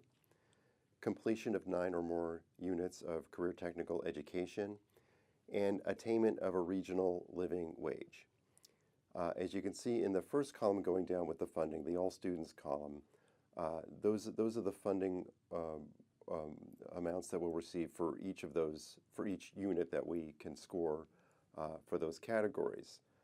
As you can see, associate degrees for transfer is the highest funding level, and completion of 9 or more CTE units and attainment of a regional living wage are the generate the lowest scores on that in that allocation. In the following columns, we see that there are actually what we'd call premium dollars for students that also tick these other boxes. So if you look at the top row, the associate degrees for transfer, if a student receives an ADT, we'll be awarded the $1,760 for that success. If that student was a Pell Grant student, we'll get an additional $666 on top of the $1,760. And further, if they're a Promise student, so that's a student that has a state fee waiver, we'll get an additional $444 on top of that. So the better our college performs with students that are low income as measured by receipt of a promise grant or a Pell Award, our funding will improve even more through those measures. This slide shows how the formula will transition over a 4-year period. As you see in the current year, districts that are winners in the SCFF calculation will be funded by that calculation this year. That's in number 1 up at the top. If a district does worse in the calculation, then their funding for this year will be the amount of revenue they received in 2017-18 as adjusted by COLA. So that's where we are, and you can see that clearly in number 5. So the level of attainment we received in 2017-18, we're receiving this year with the 2.71% COLA that was funded this year in the state on top of that. And that's how the transition will roll out for 3 years for the state. So in 2019, it'll be the same situation. Either you'll, if you do better in the formula than you do by the 2017-18 revenue, you'll be funded through this SCFF calculation. If you're doing worse in the calculation than you would have under the old formula, you'll receive again your 17-18 level of funding as adjusted by the COLAs for 2018-19 and 2019-20. So those COLAs will be additive over the time. So that transition goes for 3 years. So for 18-19, 19-20, and 2021, if you do worse in the SCFF calculation than you do by your 17-18 funding as compounded by those COLAs over those years, you'll be funded by the latter. In 2021-22, however, that transition is over. The intent of the state at that point is to fund you purely through the SCFF calculation. So the minimum funding that we would receive in 2021-22 is either the straight calculation that as we perform in the SCFF metrics, or there will be a what we'd call, I think, a hold harmless calculation that would have us get the same revenue that we did the year before, so in 2020-21. Now that would not be adjusted by COLA. So obviously having flat funding year over year is not beneficial to the district as other costs increase over time, including compensation and contracts and all kinds of other costs that we expect to go up year over year. So in 2021-22, the district really has to be prepared to do as best we can on the SCFF calculation. District concerns with the calculation are pretty clear. By calculating our FTS as a 3-year average, that limits the benefit of summer shifting, which we do right now. If you don't know what summer shifting is, current law allows us to choose which year we want to report the bulk of our summer FTS. So what we do, and many other districts do, is we can effectively report the leading and trailing summers in one fiscal year. So it's as if we're counting 2 summer terms in 1 year of FTS reporting. So we're funded for that higher level of FTS, and then the next year we're stabilized because state law right now funds you at the greater of your current or prior year FTS. So reporting 2 summers in 1 year advantages the district funding. By shifting to a 3-year average of FTS, you always have at least 1 down year in that calculation. So that is going to limit the benefit of doing the summer shift. So that is a district concern, that effectively our FTS that we're reporting for funding for the state will look lower than it does today under the current formula. So that is a concern. Since the supplemental grant allocation essentially rewards students for having a high proportion of low-income and or disadvantaged students. And while Cuesta certainly serves a large and a growing population of students that meet that criteria, we are well below the state average in terms of that population. So we are not going to do as well in terms of funding in that calculation as, say, a Central Valley college would, who may have upwards of 80 to 90% needy students by this definition. We are running at about roughly 2/3 of the state average in terms of that proportion of that population. So again, that is a disadvantage to Cuesta in the new funding formula. We have found that there's, since the formula is new, it was rolled out very quickly at the state level, that there in many cases is a lack of clarity in terms of how everything is being measured. For a recent example, the Chancellor's Office offered a regional workshop to help districts implement a tool that would help project your funding over time through the new formula. And every district that attended that workshop learned something new about how the calculation worked that was a surprise to them. And part of that is because the Chancellor's Office is still working out the kinks, establishing guidelines for how these metrics are going to be calculated. And things don't always work as well or work the way that you thought they would when the formula was first introduced to the state when the budget was passed. So the ground to some extent is shifting under our feet as we try to roll this out and project. So that's a significant challenge for Cuesta College and all the other districts in the state. Projecting the formula going forward is much more complicated than under the old formula. Under the old formula, we were primarily concerned with our FTS counts. So the more that we grew our FTS, we would know that our funding would grow proportionally over time. We now have 28 or 29 metrics in the formula that we have to project over time. And so that's a significant challenge for us in mapping out where we think our funding will be 2, 3, 4, or 5 years down the line. So we have a work group organized through the Planning and Budget Committee that is going to be looking at all these metrics and coming up with recommendations for how we should move forward in terms of projecting those different elements of the SCF formula going forward. So this slide shows the difference between how Cuesta performs on some of these equity and success metrics and what the average is statewide on these same metrics. And you can see that here we've highlighted some areas where we do less well than the state as a whole. So as mentioned in the previous slide, you can see that we're below average in terms of our low-income students, at least as measured by receipt of a Pell Grant or a California Promise Grant. We're significantly under the state average there, which means that we'll be receiving less than average funding relative for our FTS over time. So that's a concern for the district. On the living wage metric, again, we're a little bit below average there.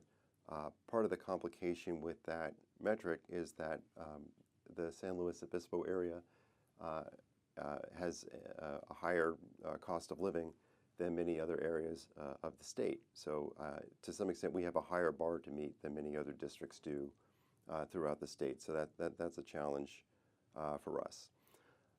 And again, that we do seem to underperform for students that are Pell recipients relative to the state. And as we mentioned earlier, there is a funding premium for meeting success metrics for those students that check multiple boxes. So if we have able to award an AA degree for a student that is also a Pell student, we get even more funding than we would for a student that has an AA degree that is not a Pell student. So it certainly would be advantageous for the district to see if there are issues there related to our Pell students and Promise students that can't be improved over time, so that those students would not only better benefit from our instruction, but that the state's, or rather the district's funding would also concurrently go up. So learning about the formula is only part of what we're trying to accomplish today. We're also trying to communicate what are we doing to try to best position ourselves to benefit from the formula as much as we can. So some of the actions we've been taking is enhancing our advocacy at the state level. So I have worked with my colleagues at ACBO to advocate for consideration of a local cost of living adjustment. As mentioned before, the formula benefits colleges that are in relatively low-income areas. They'll have more low-income students that will trigger more funding for them, and that creates a disadvantage for districts like Cuesta that are in more affluent coastal regions, yet we still have a lot of the same challenges in terms of trying to hire qualified people to serve our students. So I think it's only fitting that the state consider an adjustment for a cost of living factor so that colleges like Cuesta have sufficient funding to meet the needs of their students.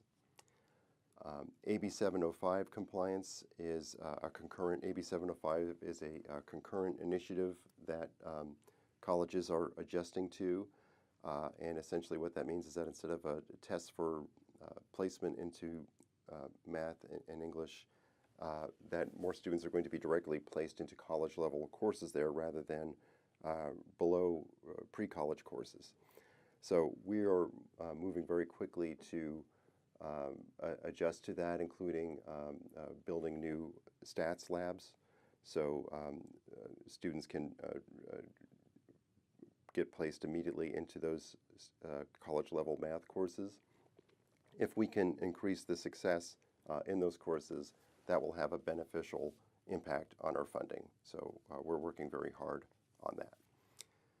Additionally, we're doing a review of our CTE courses and certificates, ensuring the correct taxonomy of program coding.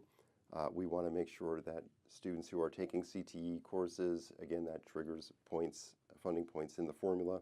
We want to make sure that we're getting all the funds that we earn there, and ensuring that those programs are properly coded as CTE will help ensure that we're maximizing the funding that we're earning. So that is something that we're working on right now. And of course, financial aid outreach.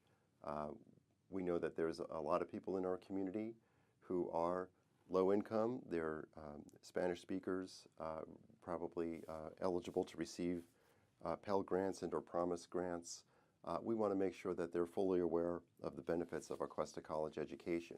So we're taking more action to make sure that they're aware of what we can do, of how to come to our college and to enroll and receive the benefits that education can provide to them. And obviously, the better that we can do that and be successful with those students, that will go hand in hand also with enhanced funding for the college. So what's next for Cuesta? Well, one thing we can do is look at alternate sources of revenue for the college that are outside of the funding formula. International student enrollment is one of those areas where the college can, I think, perform a lot better than we have in the past. To give you an example, Santa Barbara City College in a recent year earned $17 million in non-resident fees. Cuesta College earns annually about $800,000 in annual fees. So we believe that there's a lot of low-hanging fruit in that category for us that will help enhance our funding outside of the SCFF formula.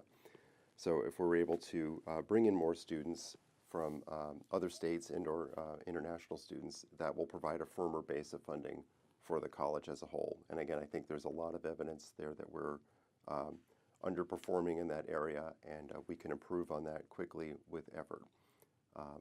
We do have funding approved in our budget this year to engage a consultant to help us map out a plan for outreach and implementation of an initiative to bring in more international student enrollment. So you'll be hearing more about that shortly.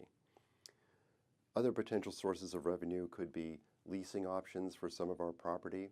We have a significant amount of property, particularly in the North County, that is not in our programmatic plans over the foreseeable future. So it would benefit the college to make productive use of that land to bring in new revenue for the district. For example, in North County, there's a 23-acre square of land on the opposite side of Buena Vista that we believe would be a great fit for a long-term memory care facility. So not only would that provide leasing revenue for the districts for a firm that was willing to come in and develop that land as such a facility, but there will also be significant programmatic benefits for our LVN program, perhaps for our nutrition programs, other programs as well for our district. So between the revenue and the programmatic advantages, I think that's a great fit for Cuesta College. Automatic degree conferral. Not every student that attains enough credits to be awarded a degree actually applies for that degree. And obviously, awarding that degree is a big factor in the funding formula. So what many colleges have done is that they do a degree audit to see if students that meet the criteria are automatically awarded those degrees, so that the student gets credit for the work that they did, and the college receives the corresponding funding for that. So we're taking a look at implementing some of those changes, and again, many other colleges across the state have already done this, so that's something that we'd like to do. And finally, guided pathways is, of course, a major initiative throughout the community colleges right now, and certainly Cuesta has been doing a lot of work on this as well. So hopefully this is of all of a piece, since the new formula focuses strongly on success, on making sure that students have clear pathways to success. The better that we can organize our approach as a college around bringing students in, connecting them with the courses they need to meet their goals, the better off the student will be in terms of meeting their goals, and the better off the college will be also in terms of funding. So we think that the guided pathways goes hand in hand with the changes brought upon us by the SCFF.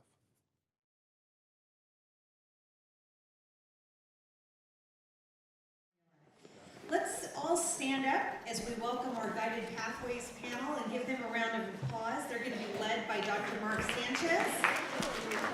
Joining him is Dean of Arts, Humanities, and Social Sciences, Madeline Medeiros.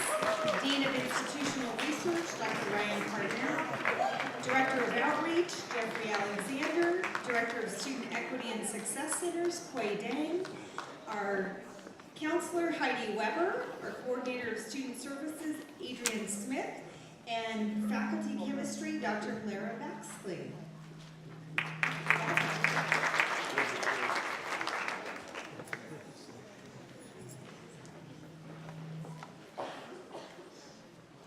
Good afternoon, Cuesta College.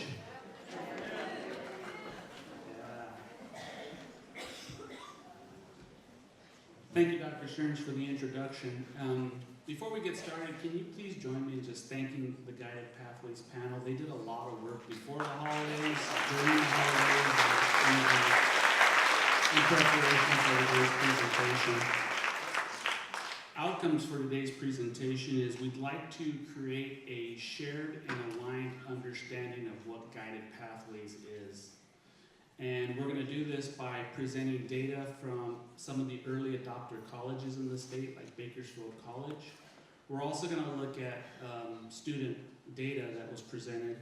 And at Cuesta, that was done by way of focus group work that was done with Dr. Darla Cooper of the RP group, and looking at just some of the best practices from early adopter colleges.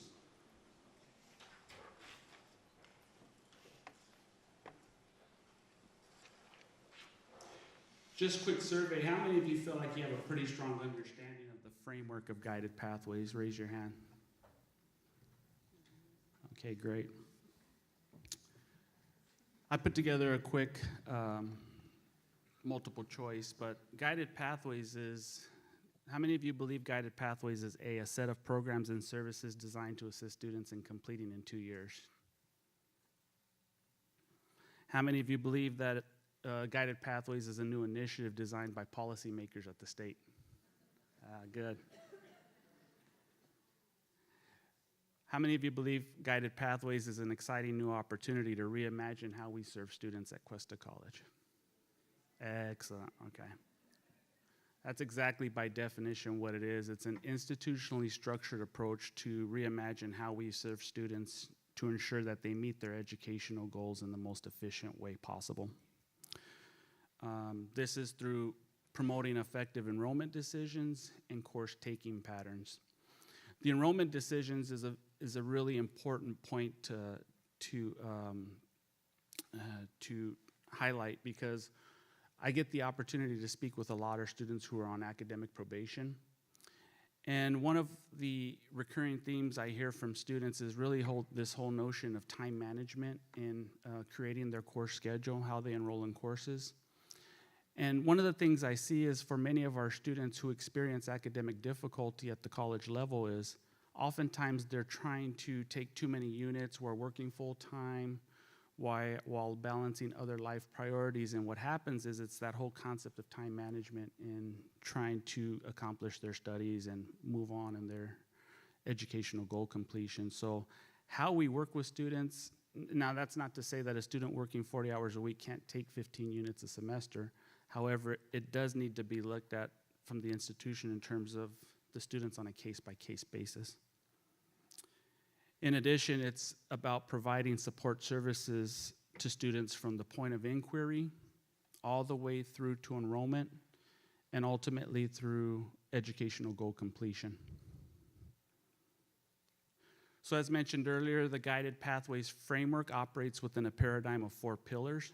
It's helping students to clarify the path, identify their educational goal, enter the path, enroll at the college and receive the supports they need to be successful, stay on the path, that's whether they're being successful or they're experiencing academic difficulty, how the college supports them, and ensure learning inside and outside of the classroom. Pillar 1, clarify the path, and these are some of the practices from our early adopter colleges, but it's also some of the work that Cuesta College is doing, is making sure that the programs are mapped with the student's educational goal in mind to transfer, career, and employment. That means having strong outreach and support and connections for students early in our enrollment process, detailed information on target and transfer outcomes. Core coursework is aligned to each program of study, and early connection with students to an academic counselor and our advisor. Pillar 2, enter the path. So this is about early momentum. It's making sure that students get off to a strong start. Effective course placement, and particularly in English and math, so the work that was highlighted earlier in AB705. Accelerated our adaptive curriculum to ensure college-level coursework as early as possible. Faculty member Steve Leone talked about this with regards to some of the work they're doing in English. Fully mapped program educational plans. So if you look at our website, you will see for many of our ADTs sample 2-year plans in a 4-semester window, which outline the courses students need to take in order to complete their associate degrees for transfer. That's really critical because it gives students a very clear roadmap on what they need to complete their educational goals. And then contextualized integrated academic support and gateway and critical courses. Pillar 3, stay on the path. These are practices designed to ensure students move through to educational goal completion. That's ongoing proactive academic counseling, technological tools to support students and giving them the tools they need to monitor their progress, targeted and contextualized extracurricular programming. Some of the examples you'll see today will be highlighted by Quay Dang, our Director of Equity. And then systems and procedures to identify students having academic difficulty and provide intentional supports to ensure that they don't drop their courses mid-semester or at any point prior to completing the goal in a satisfactory manner. And then pillar 4, ensure learning. This is to enrich and strengthen the student learning experience. This includes providing program-specific learning outcomes, project-based collaborative learning environments, applied learning experiences, a college environment that fosters inclusion and student engagement, and faculty-led improvement of teaching practices. Now I'd like to open it up and allow our Guided Pathways panel to talk about some of the practices that Cuesta has implemented over the last year. And we'll start with outreach. Thank you, Dr. Sanchez. So outreach is one of the first entry points for our students. Is the first time we really get to engage. And there's been a lot of work that's happened before, even before I got here, such as Promise Day. But one of the things that I focused on a lot in outreach is to move the needle from you should come to Cuesta because it's your local community college, but you should come to Cuesta and here is why. That's how we clarify the path. And we're really trying to do that with our Promise Days, even Educate, giving small examples and giving them the opportunity to learn about the programs that we actually offer so they can start thinking about why they should come to Cuesta. And then Cougar Welcome Days is one of our biggest orientation events. Last year we had over 700 students that we served in 2 days. And of that 700 students, 93% were actually here in the fall. So by getting them here, showing them the pathway, getting them the opportunity to meet with counselors, it really clarified their path. It really made them understand and see where I'm going, how I'm going to get there. Some things that we also did in the summer, such as Connect at Cuesta, and program-specific orientations is one thing that I really wanted to highlight. I had a great opportunity to work with architecture, construction, engineering over the summer to provide an orientation specific to those students. They had the opportunity to not only engage with faculty, but engage with their peers, and also get a clear understanding of the classes and the paths that they need to take to be the most successful in transferring to a four-year university. So those are just small things that clarify the path for our students, but also giving them the information that they need.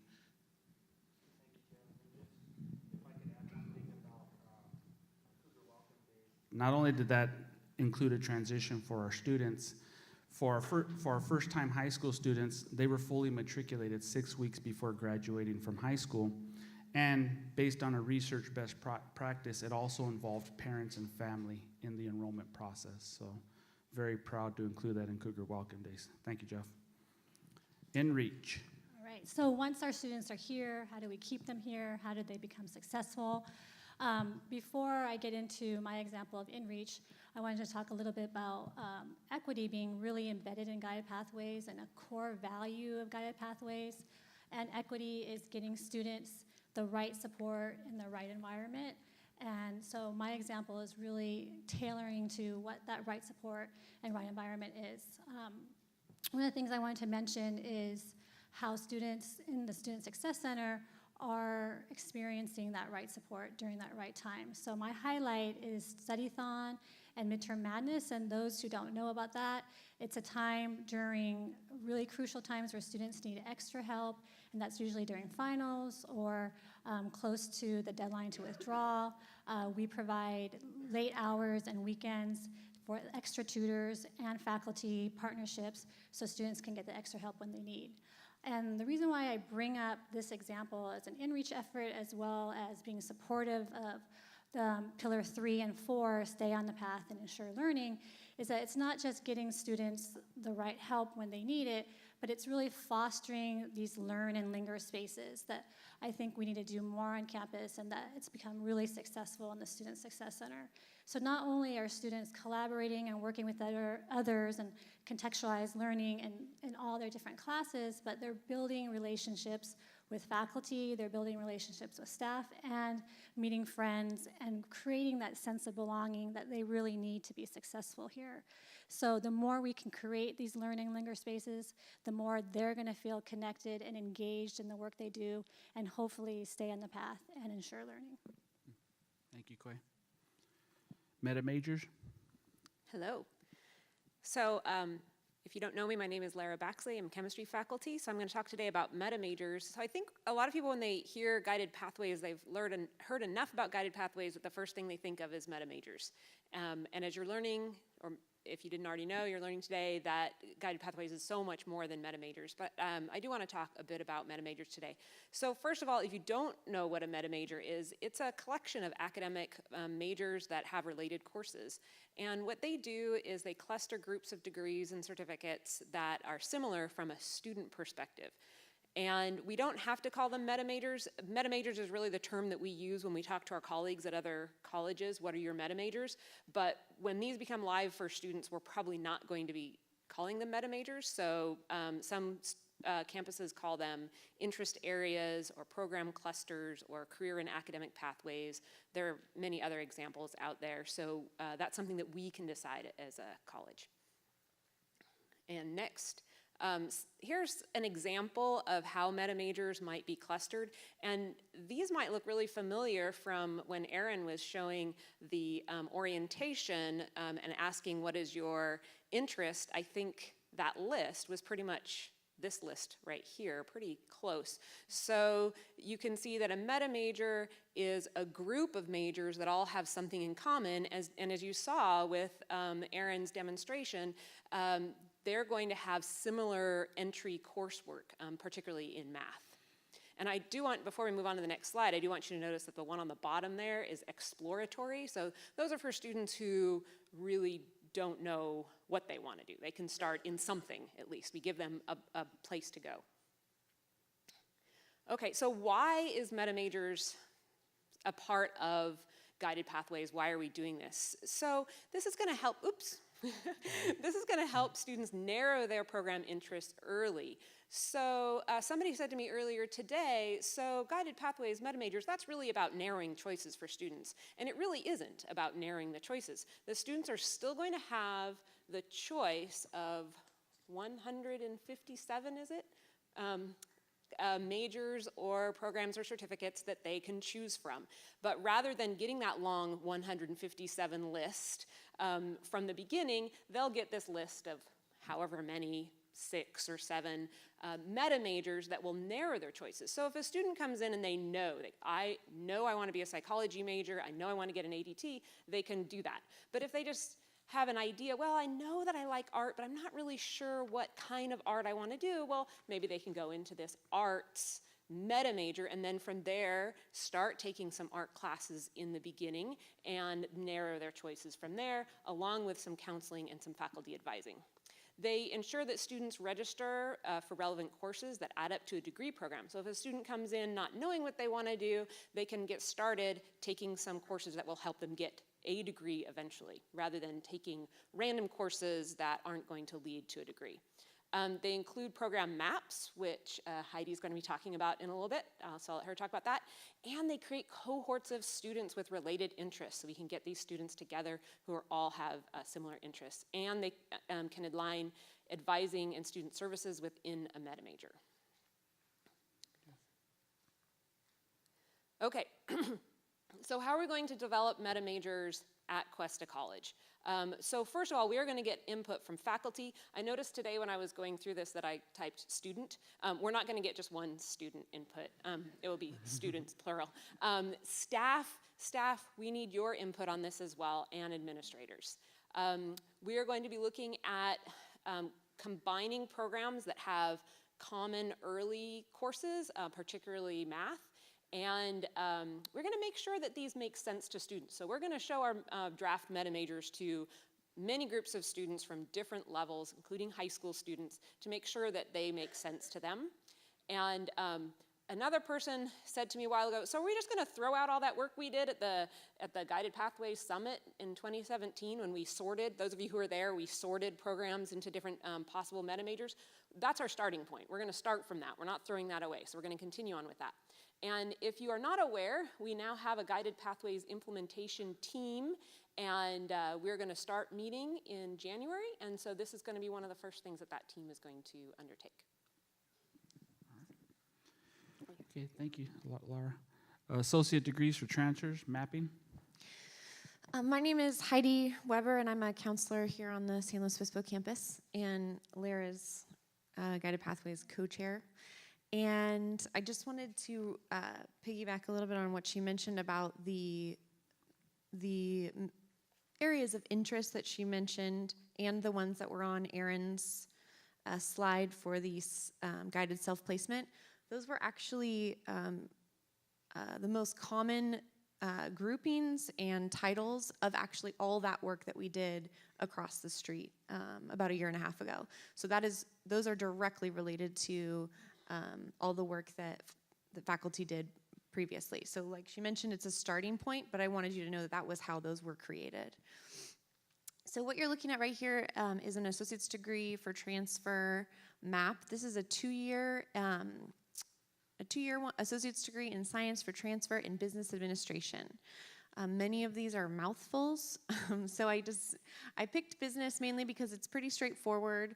The requirements have a few selective, you can make a few different choices among the courses. And also it is the most closely related that I can tell from the requirements from Cal Poly. So if a student wanted to, as many of our students come into the counseling department, their hope is to eventually transfer to Cal Poly. And so a lot of times that is an important distinction when we're creating these plans.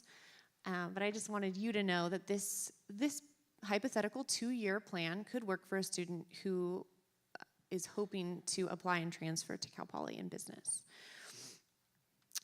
So as you can see, these were created actually, this is just an example, but these were created with extreme collaboration with administration and organizing and timing and planning, but with the division chairs across all disciplines and a significant amount of our counselors. So these were, although every faculty member didn't necessarily get to weigh in on this, I want you to know that your division chairs helped with these. So as Mark mentioned, many of these are on the division websites, but this is essentially what we're going to be using as we develop the mapper, which you'll hear about later. So again, this is a 60-unit degree, and we have listed there suggested general ed courses. So for this particular one, we're using the CSU general ed courses, but you can see the area that those satisfy. And again, these are just suggestions. So it is a common concern among faculty that we're suggesting particular general education courses. And so this, again, was just an example so you could see what this would look like. Next slide. Yeah, thank you. So, and again, going off the Enter the Path pillar, back to what Dr. Stearns presented on earlier, is that many of our students, it's not very realistic for them to complete in 2 years. Many of them come in hoping to complete in 2 years, but after conversations, 3 years is much more common and practical, so we wanted to create one so that you can all see what that would look like in a 3-year plan. So the student has time for that work-life balance and a job, which many of them have. All right, thank you. Okay. Degree Works and Student Educational Planner. Okay, so what I did was take those templates and put them into DegreeWorks. So now our counselors and students have access to them and can see how they tie in with coursework that they've already taken here, and also so that they are able to see if they are on track or not on track. I'm not sure if you can see that, but for English 201A, you'll see that I'm currently on track. And then for everything else, I'm warning, I haven't registered for anything. So the cool thing is that we now, with the help of IT, have a report that will show us all the students that are currently have a warning or not on track, so that now we can proactively reach out to them and say, hey, come see us, we want to see you, and let's get you back on track. So we're pretty excited about that. Program Mapper.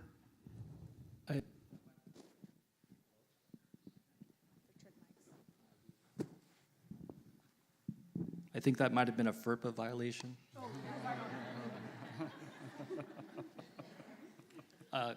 Anyway, Program Mapper. I'm really excited. I think we're all excited about this opportunity. Cuesta applied and was one of 10 community colleges to participate in the Program Mapper pilot project. And as you can see, Program Mapper provides a public web-based tool that will display these maps that have been created by faculty and approved by discipline. Okay. So, this is a 20th century program map. It's about 22,000 iterations, possible courses you could take at various times. And the student has to just choose from this laundry list. Okay. So this is a 21st century program map. This is actually from Bakersfield College that actually developed the tool. And in this case, this is I can't see, this is a early childhood education path. And the student in this program can choose their destination. In this case, it's CSU Bakersfield. They want to do it in 2 years. It will lay out a suggested course pattern for each semester. It also shows the prerequisites by the lines in between the classes. And so we plan to build in our ADTs this term and have some of this up and running, hopefully by March-ish. And so, yeah, next slide. So, little SAT analogy. So basically, Program Mapper is to community college catalogs what Google Maps is to Old Thomas Guide. Do you even know what a Thomas Guide is? If you don't, ask Gil Stork. He'll know. I love Thomas Guides. Okay, faculty role in guided pathways. I just want to say that contrary to what everybody has said, I can see all of you very, very well. Okay, so I'm starting off talking about faculty role in guided pathways, and I was thinking that, it would be easier to talk about what faculty don't do in guided pathways because it would take much less time, because faculty are involved in every single component of guided pathways, every single pillar of guided pathways. And so our first, I wanted to come on stage with each of us carrying a pillar because I thought that would be more effective. But the first pillar is clarifying the path, and so that's what faculty will be doing. And I want to point out too that a lot of these examples that we have on these next few slides for the faculty role come from the feedback that we got from our students during the focus groups that were conducted in the last spring semester.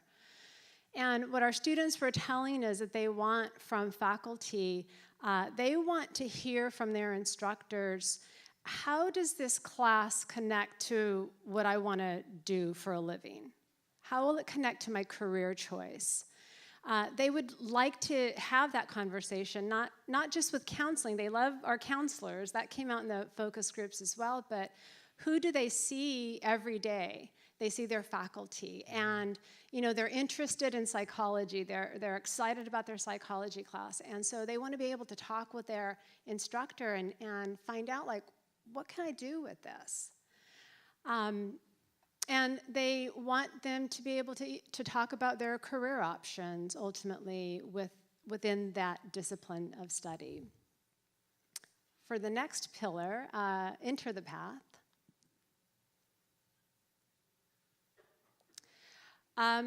It's curriculum.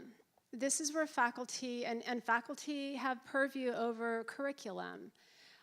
We heard from English, Steve Leone, and Math, Denise Chelson, already the work that they are doing with the Math and English curriculum to help students enter their transfer level coursework in a more timely fashion and to be more successful with support courses, accelerated curriculum.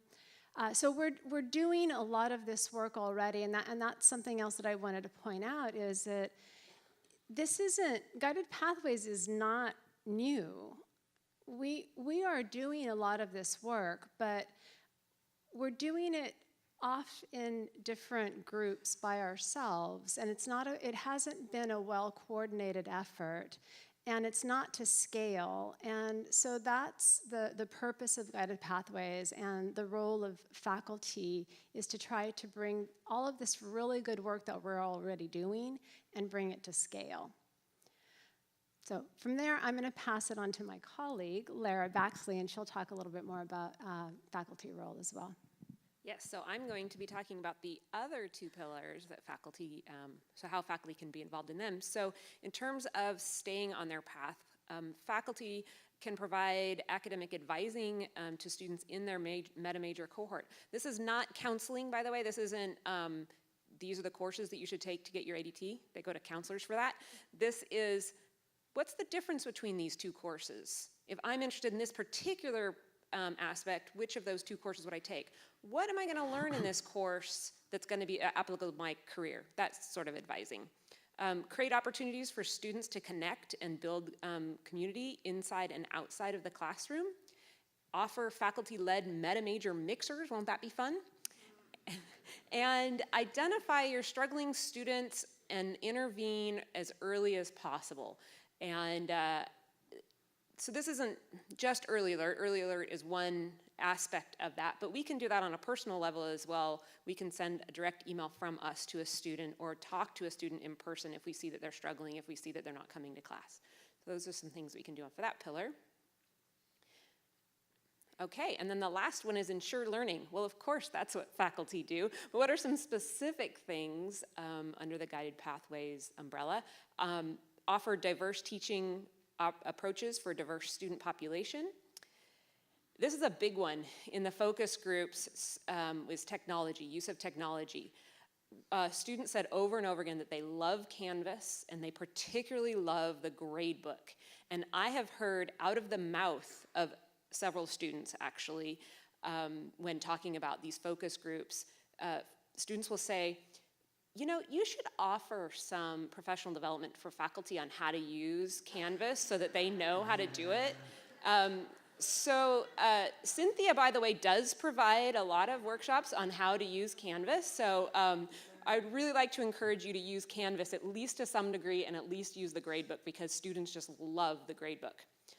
Consider alternative forms of assessment and revision opportunities. So thinking about what Quay was saying in terms of equity, when we think about equity, we think about not just focusing on the main students in your class, the center students in your class, the average students in your class, but think about the fringes, the students that are struggling. Maybe they're struggling because of life situations that happen to them, health issues, children, other things that may be happening. Try to be flexible. And I'm not saying to lower your standards. I'm not trying to say being a pushover or to not keep your class policies, but try to think about ways to be flexible with that in terms of makeup for quizzes and missing classes and such. And finally, attend faculty professional development to optimize your teaching strategies. I know you guys are all great teachers, and I'm not saying that you all need to improve, but we're always developing new great things, and it always just is so invigorating to talk to other faculty about what they do in the classroom and learn new approaches. And I'm learning new things all the time. I learned some things yesterday from Michael Kinter and Matthew Davis and many other faculty about using embedded tutors, and I learned some great strategies for how to utilize embedded tutors. So we're going to be giving a lot of workshops in areas of equity and in areas of engaging students in the classroom, so be on the lookout for those. All right. And I think the last slide is mine too. Thank you, Lara. Yeah.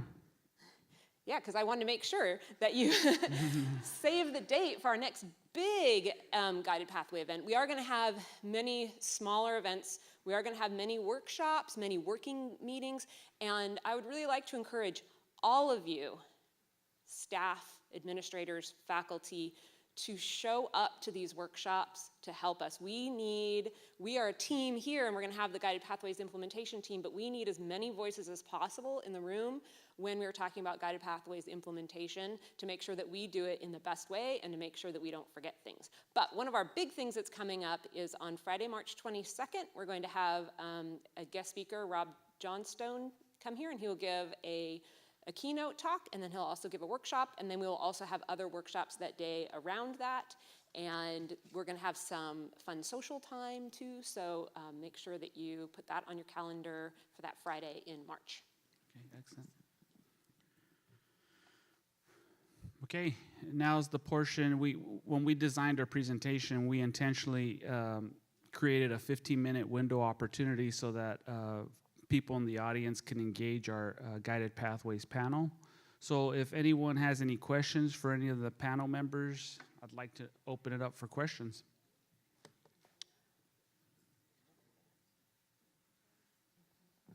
Okay.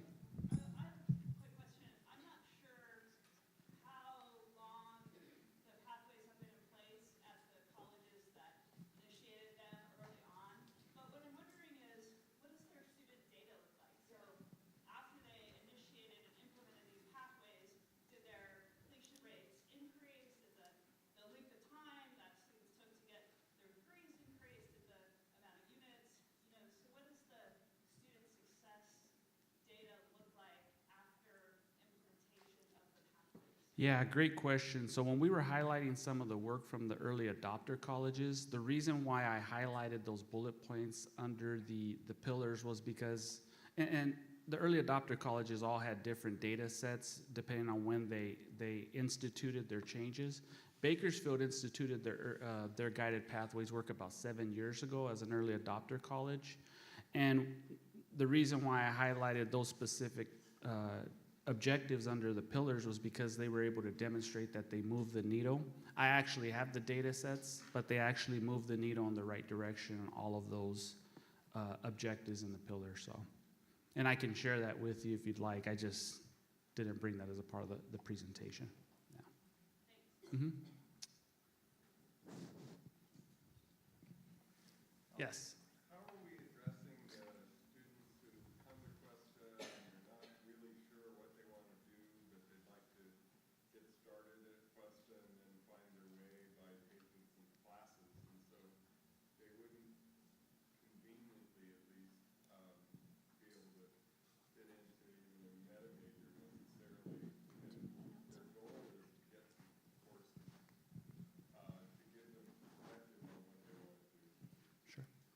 That is an excellent question. So for those, did everybody hear him? For those that didn't hear, he was wondering how the student who comes to Cuesta who's not sure, which is a large number of our students, many times they do end up in counseling, but the exploratory major option, so we want to honor those students and definitely make them also feel like they have a path and that they have a journey. And so we would like to see a lot of things happening specifically tied to career exploration and really targeted workshops that we're developing. And we have I heard about a half-unit course that we're going to pitch to curriculum about actually offering like one-day courses for students where we can do a series of assessments with them and really help them to figure that out. And the cool thing about the mapper also is that we can actually develop those maps for students. Let's say if they know they want to transfer, but they're not sure what major, we can develop those based on the general education patterns, depending on their goal institution, whether it's a CSU, a private institution, or a UC or out of state. So we do that so much in counseling already, but we hope with the implementation of guided pathways that within those pillars, they are funneled directly to specific people on campus and even faculty who are interested in helping students explore, right? And we all have lots of different journeys, and how we got here is really are really cool stories. So we hope to have teams essentially around faculty that can really advise and also just mentor these students through that process. And if I could just add one piece to that, I think that's an area of tremendous opportunity. And the reason why I say that, particularly for our incoming first-time high school students, because as a part of the Common Core curriculum, all of our high school students in the county are receiving 4 years worth of college and career readiness exploration. So they're doing a lot of career explorations over the course of their high school career. And the way I envision that is if we can have a database that captures that information through data sharing with our local high schools, we can have the results of those 4 years worth of career exploration, not as an ends or a means, but as an informational item to help our academic counselors and faculty look at the results of those career assessments and help guide them through 4 years worth of data. So I think there's a tremendous opportunity to do that. And in Monterey County, I know Hartnell College is working with all 16 of their feeder high schools. The challenge is that some of the high schools use different databases, but the point is that if we do it the right way, we can collect that information for our incoming high school students that will make more informed academic counseling sessions. How does this work for students? I get a lot of students who last year they were at Cal Poly, but now they're here at Cuesta, who've already been to a number of community colleges before. So how does that work for those students? Okay, so that's a fantastic question. Those are some of my favorite students to work with. Many times, especially those coming from Cal Poly, entered Cal Poly as freshmen, chose their major at 17, largely a directed major, right? As told by someone in their life, or I've always wanted to be an architect, and come to find out the curriculum or the environment or even the quarter system alone can really derail students. So we have very strategic conversations around what their barriers were at the previous institutions that they've been to. And at that point, it's a very delicate conversation. Many of them I meet with my students regularly.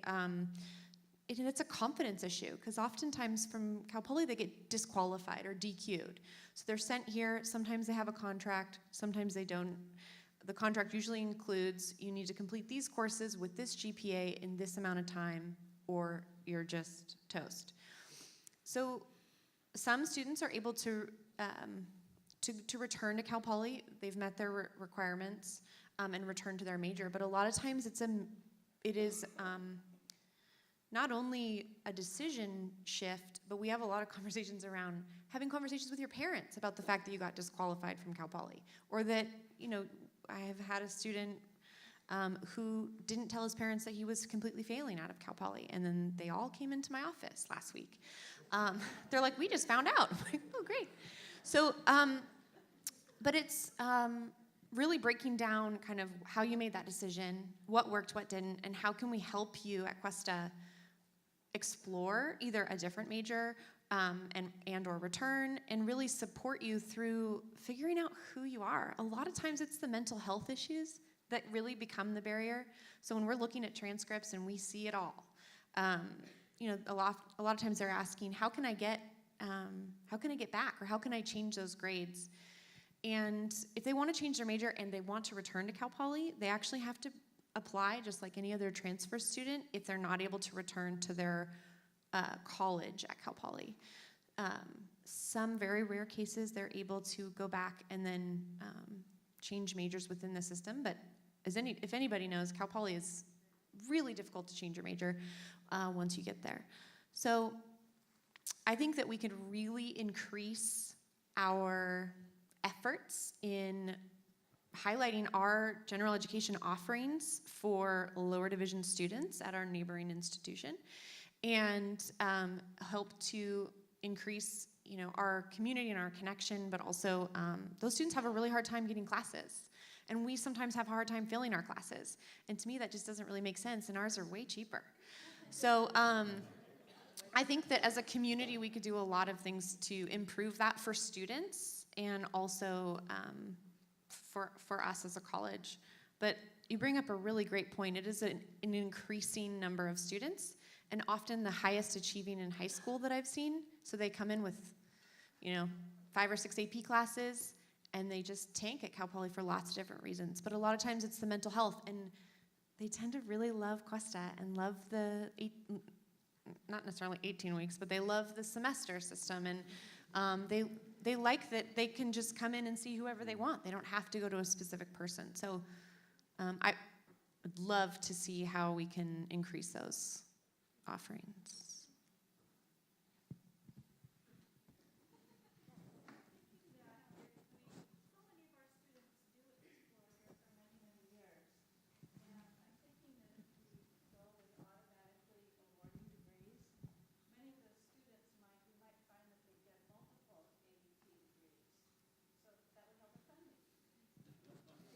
Yes.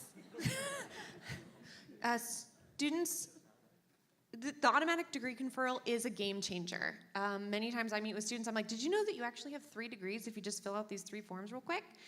And their mouths drop, and it's usually when they're just so discouraged. So you're right, and a lot of students can get multiple associate's degrees for transfer in math and physics, depending on the curriculum that they've applied to. So we will, in the meantime, direct faculty to how and where students can fill out those forms until it's automatic. But you are correct. There's a lot of potential for that. And we are working on that. We're working on identifying those students who, through DegreeWorks or My Cuesta Pathways, depending on how you use it, who have met their requirements and don't know, and maybe for not even their current or declared major. Maybe they've gotten certificates that are embedded, but they didn't know. And so we're working with IT to identify those students and kind of reach out to them first to see if they even want the degrees, and then hopefully we can start automagically, I guess you can say, putting them on the record, and because there's a lot of things we have to think about when we put things on student records. So yeah, we're on it. So we've done a couple of test case on the automatic degree identification, and I'm going to put Heidi on the spot, but can you share the story with me you shared about the student that you worked with just last week? Sure. So a student called, phoned the department. He moved out of the area. He was a student at Cuesta a long time ago, and he wanted to know, just out of curiosity, how close he was to a degree completion. And he said, you know, I'm at work. They said I could get a bonus or I could get a pay increase if I had an associate's degree. And he just thought, I'll just call that last college I went to and see how close I am. And so after, it took me a while to review his transcripts and gather all of his information, because he actually had attended 2 other community colleges, and we had received those transcripts in 2004. And so in order for all those pieces to get together, we have recently, back to your Cal Poly question, also the Admissions and Records and Evaluations Department has recently started this process. Well, they started it a really long time ago, but in order to actually implement it, it's called the transfer articulation process. So they're able to put those external transcripts and courses directly on a student's record at Cuesta, so that when a student sees that My Cuesta pathway, it is accurately reflecting it. So this particular student, after reviewing his records, he was 1 course away from 2 degrees and 2 courses away from 3, one of them including the associate's degree for transfer in business. And I called him back and I said, hey, guess what? You can actually take these 2 classes, women's or multicultural health, for our health and diversity requirement for our local associate's degrees. And the other one was a history course, and those were for our local degrees. And then the other one, I explained to him how he could get the associate's degree for transfer, and all he would have to do is send us the form and the transcripts once he completed them. But the majority of them he could finish online through Cuesta.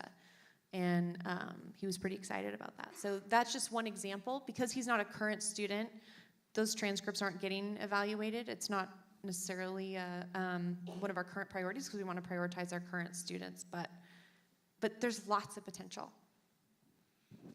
Okay. I'll add to that too real quick. We also, with the help of IT, have a report that uses DegreeWorks to show our students who are maybe missing 1 or 2 courses, so that we can reach out to them and let them know that they're only missing 1 or 2 courses, and hopefully get them registered at Cuesta so that they can finish those degrees. So we're hoping to start utilizing that pretty soon, hopefully by the end of the semester. So, yeah. All right. Thank you to the panel. And thank you.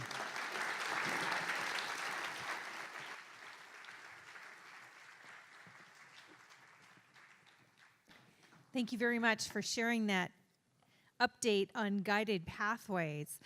I would like to extend my thanks not only to all of our panelists, also to the vice presidents for their work in putting their portions of today's presentation together, to Let's Go, our graphic designer who created this beautiful logo for us today. Yes. And I'd also like to thank Joan and Richard and Clark for all of their technical help in getting everything up and running for us in here in this beautiful CPAC. And now Dr. Wulff is going to walk us through the student focus group's response.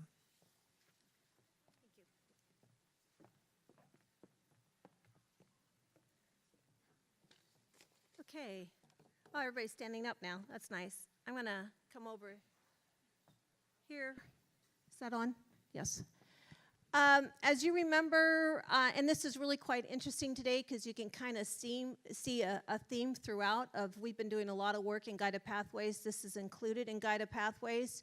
Remember, Darla Cooper came in fall and talked to us about the student responses. You know, we had over 18 student focus groups asking them from all different parts of the college, different years, where they were, different groups, asking them about their experiences at Cuesta College.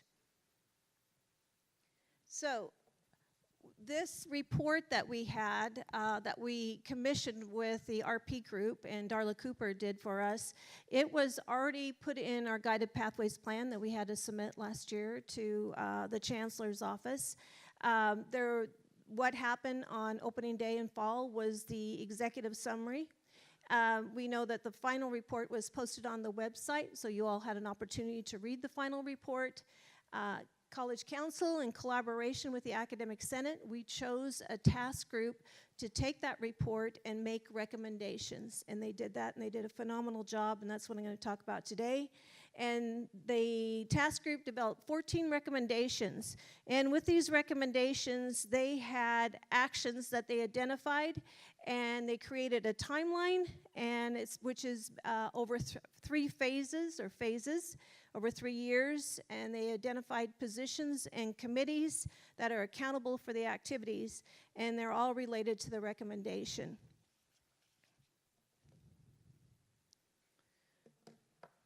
So, Madeline and Lara did a really good job of some of these recommendations that they talked about in their report that they just did, or in their presentation. I'm not going to read these to you. I'm going to leave them up there so you can read them. But there are some themes. The first theme that I saw that wasn't really put out is that in every aspect of every recommendation, there is a need for us to have more student feedback in our processes or what we implement. So that's what I've really identified. The committee also, or the task group, also identified 3 major aspects.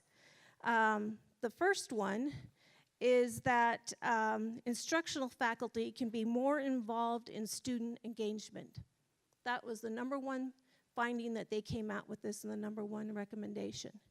And so when Lara was talking about professional development for faculty and what happens, and when we look at equity, there is an opportunity. Quay has been talking to different faculty members, but there is now an Equity Institute that's taking place. And we're looking for faculty who want to participate in it. Skyline College is doing a phenomenal job with it. And it is about pedagogy. What can we change in our classes? What can we do differently that we haven't done before? How can we reach different populations of students? So that is part of that. But remember, how can instruction or faculty be more involved in student engagement? The second highlight of these recommendations is for counseling needs to evaluate their accessibility for students. And I know that Student Service is working on that already. And so how do we give students? We have a low ratio compared to the state. And if you look at the scorecard, the number of students we have per faculty, we're one of the better students in that ratio. I mean, one of the better colleges in that ratio. So we need to look at, or counseling needs to look at, how do we better serve our students? Give you time to read each one. And then the third recommendation, the highlight, is website cleanup campaign. How do we do? Our students have, and we implemented a new website in there, but a lot of feedback in that report was, how do students better access information that is relevant to them? And so this is going to be a big campaign. This report was also brought to Cabinet, and and people are aware of that. So those are the 14 recommendations. I hope you had an opportunity to read it. I want to let you know that this is the recommendations with all the actions and who's accountable, and the phases and timelines are on the website. You can find them on Academic Affairs, and you can also find them in SharePoint. So take a few minutes to read them. College Council will be looking at these 14 recommendations and all the actions tied to it, and their first meeting of this spring semester, and then the report will be moved on to the president for action. So short, sweet, to the point, and the highlight of today is that we're moving faster than the time set in the program.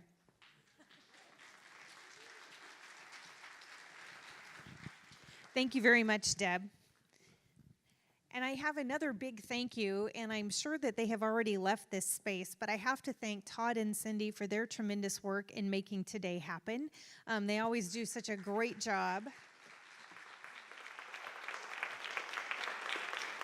So when you see them at the barbecue, I hope you will thank them with me. So Mark and I are left to back cleanup here and talk just a little bit about the new requirement that colleges set goals in alignment with the new Vision for Success. So Mark?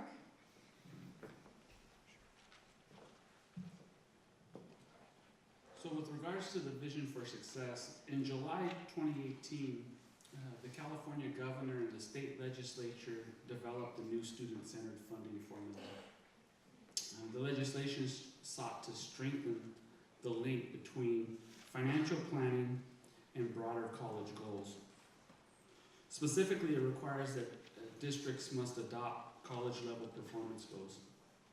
The Vision for Success deliberately included just a handful of goals so that the system could intentionally focus on measurable outcomes that were realistic and achievable.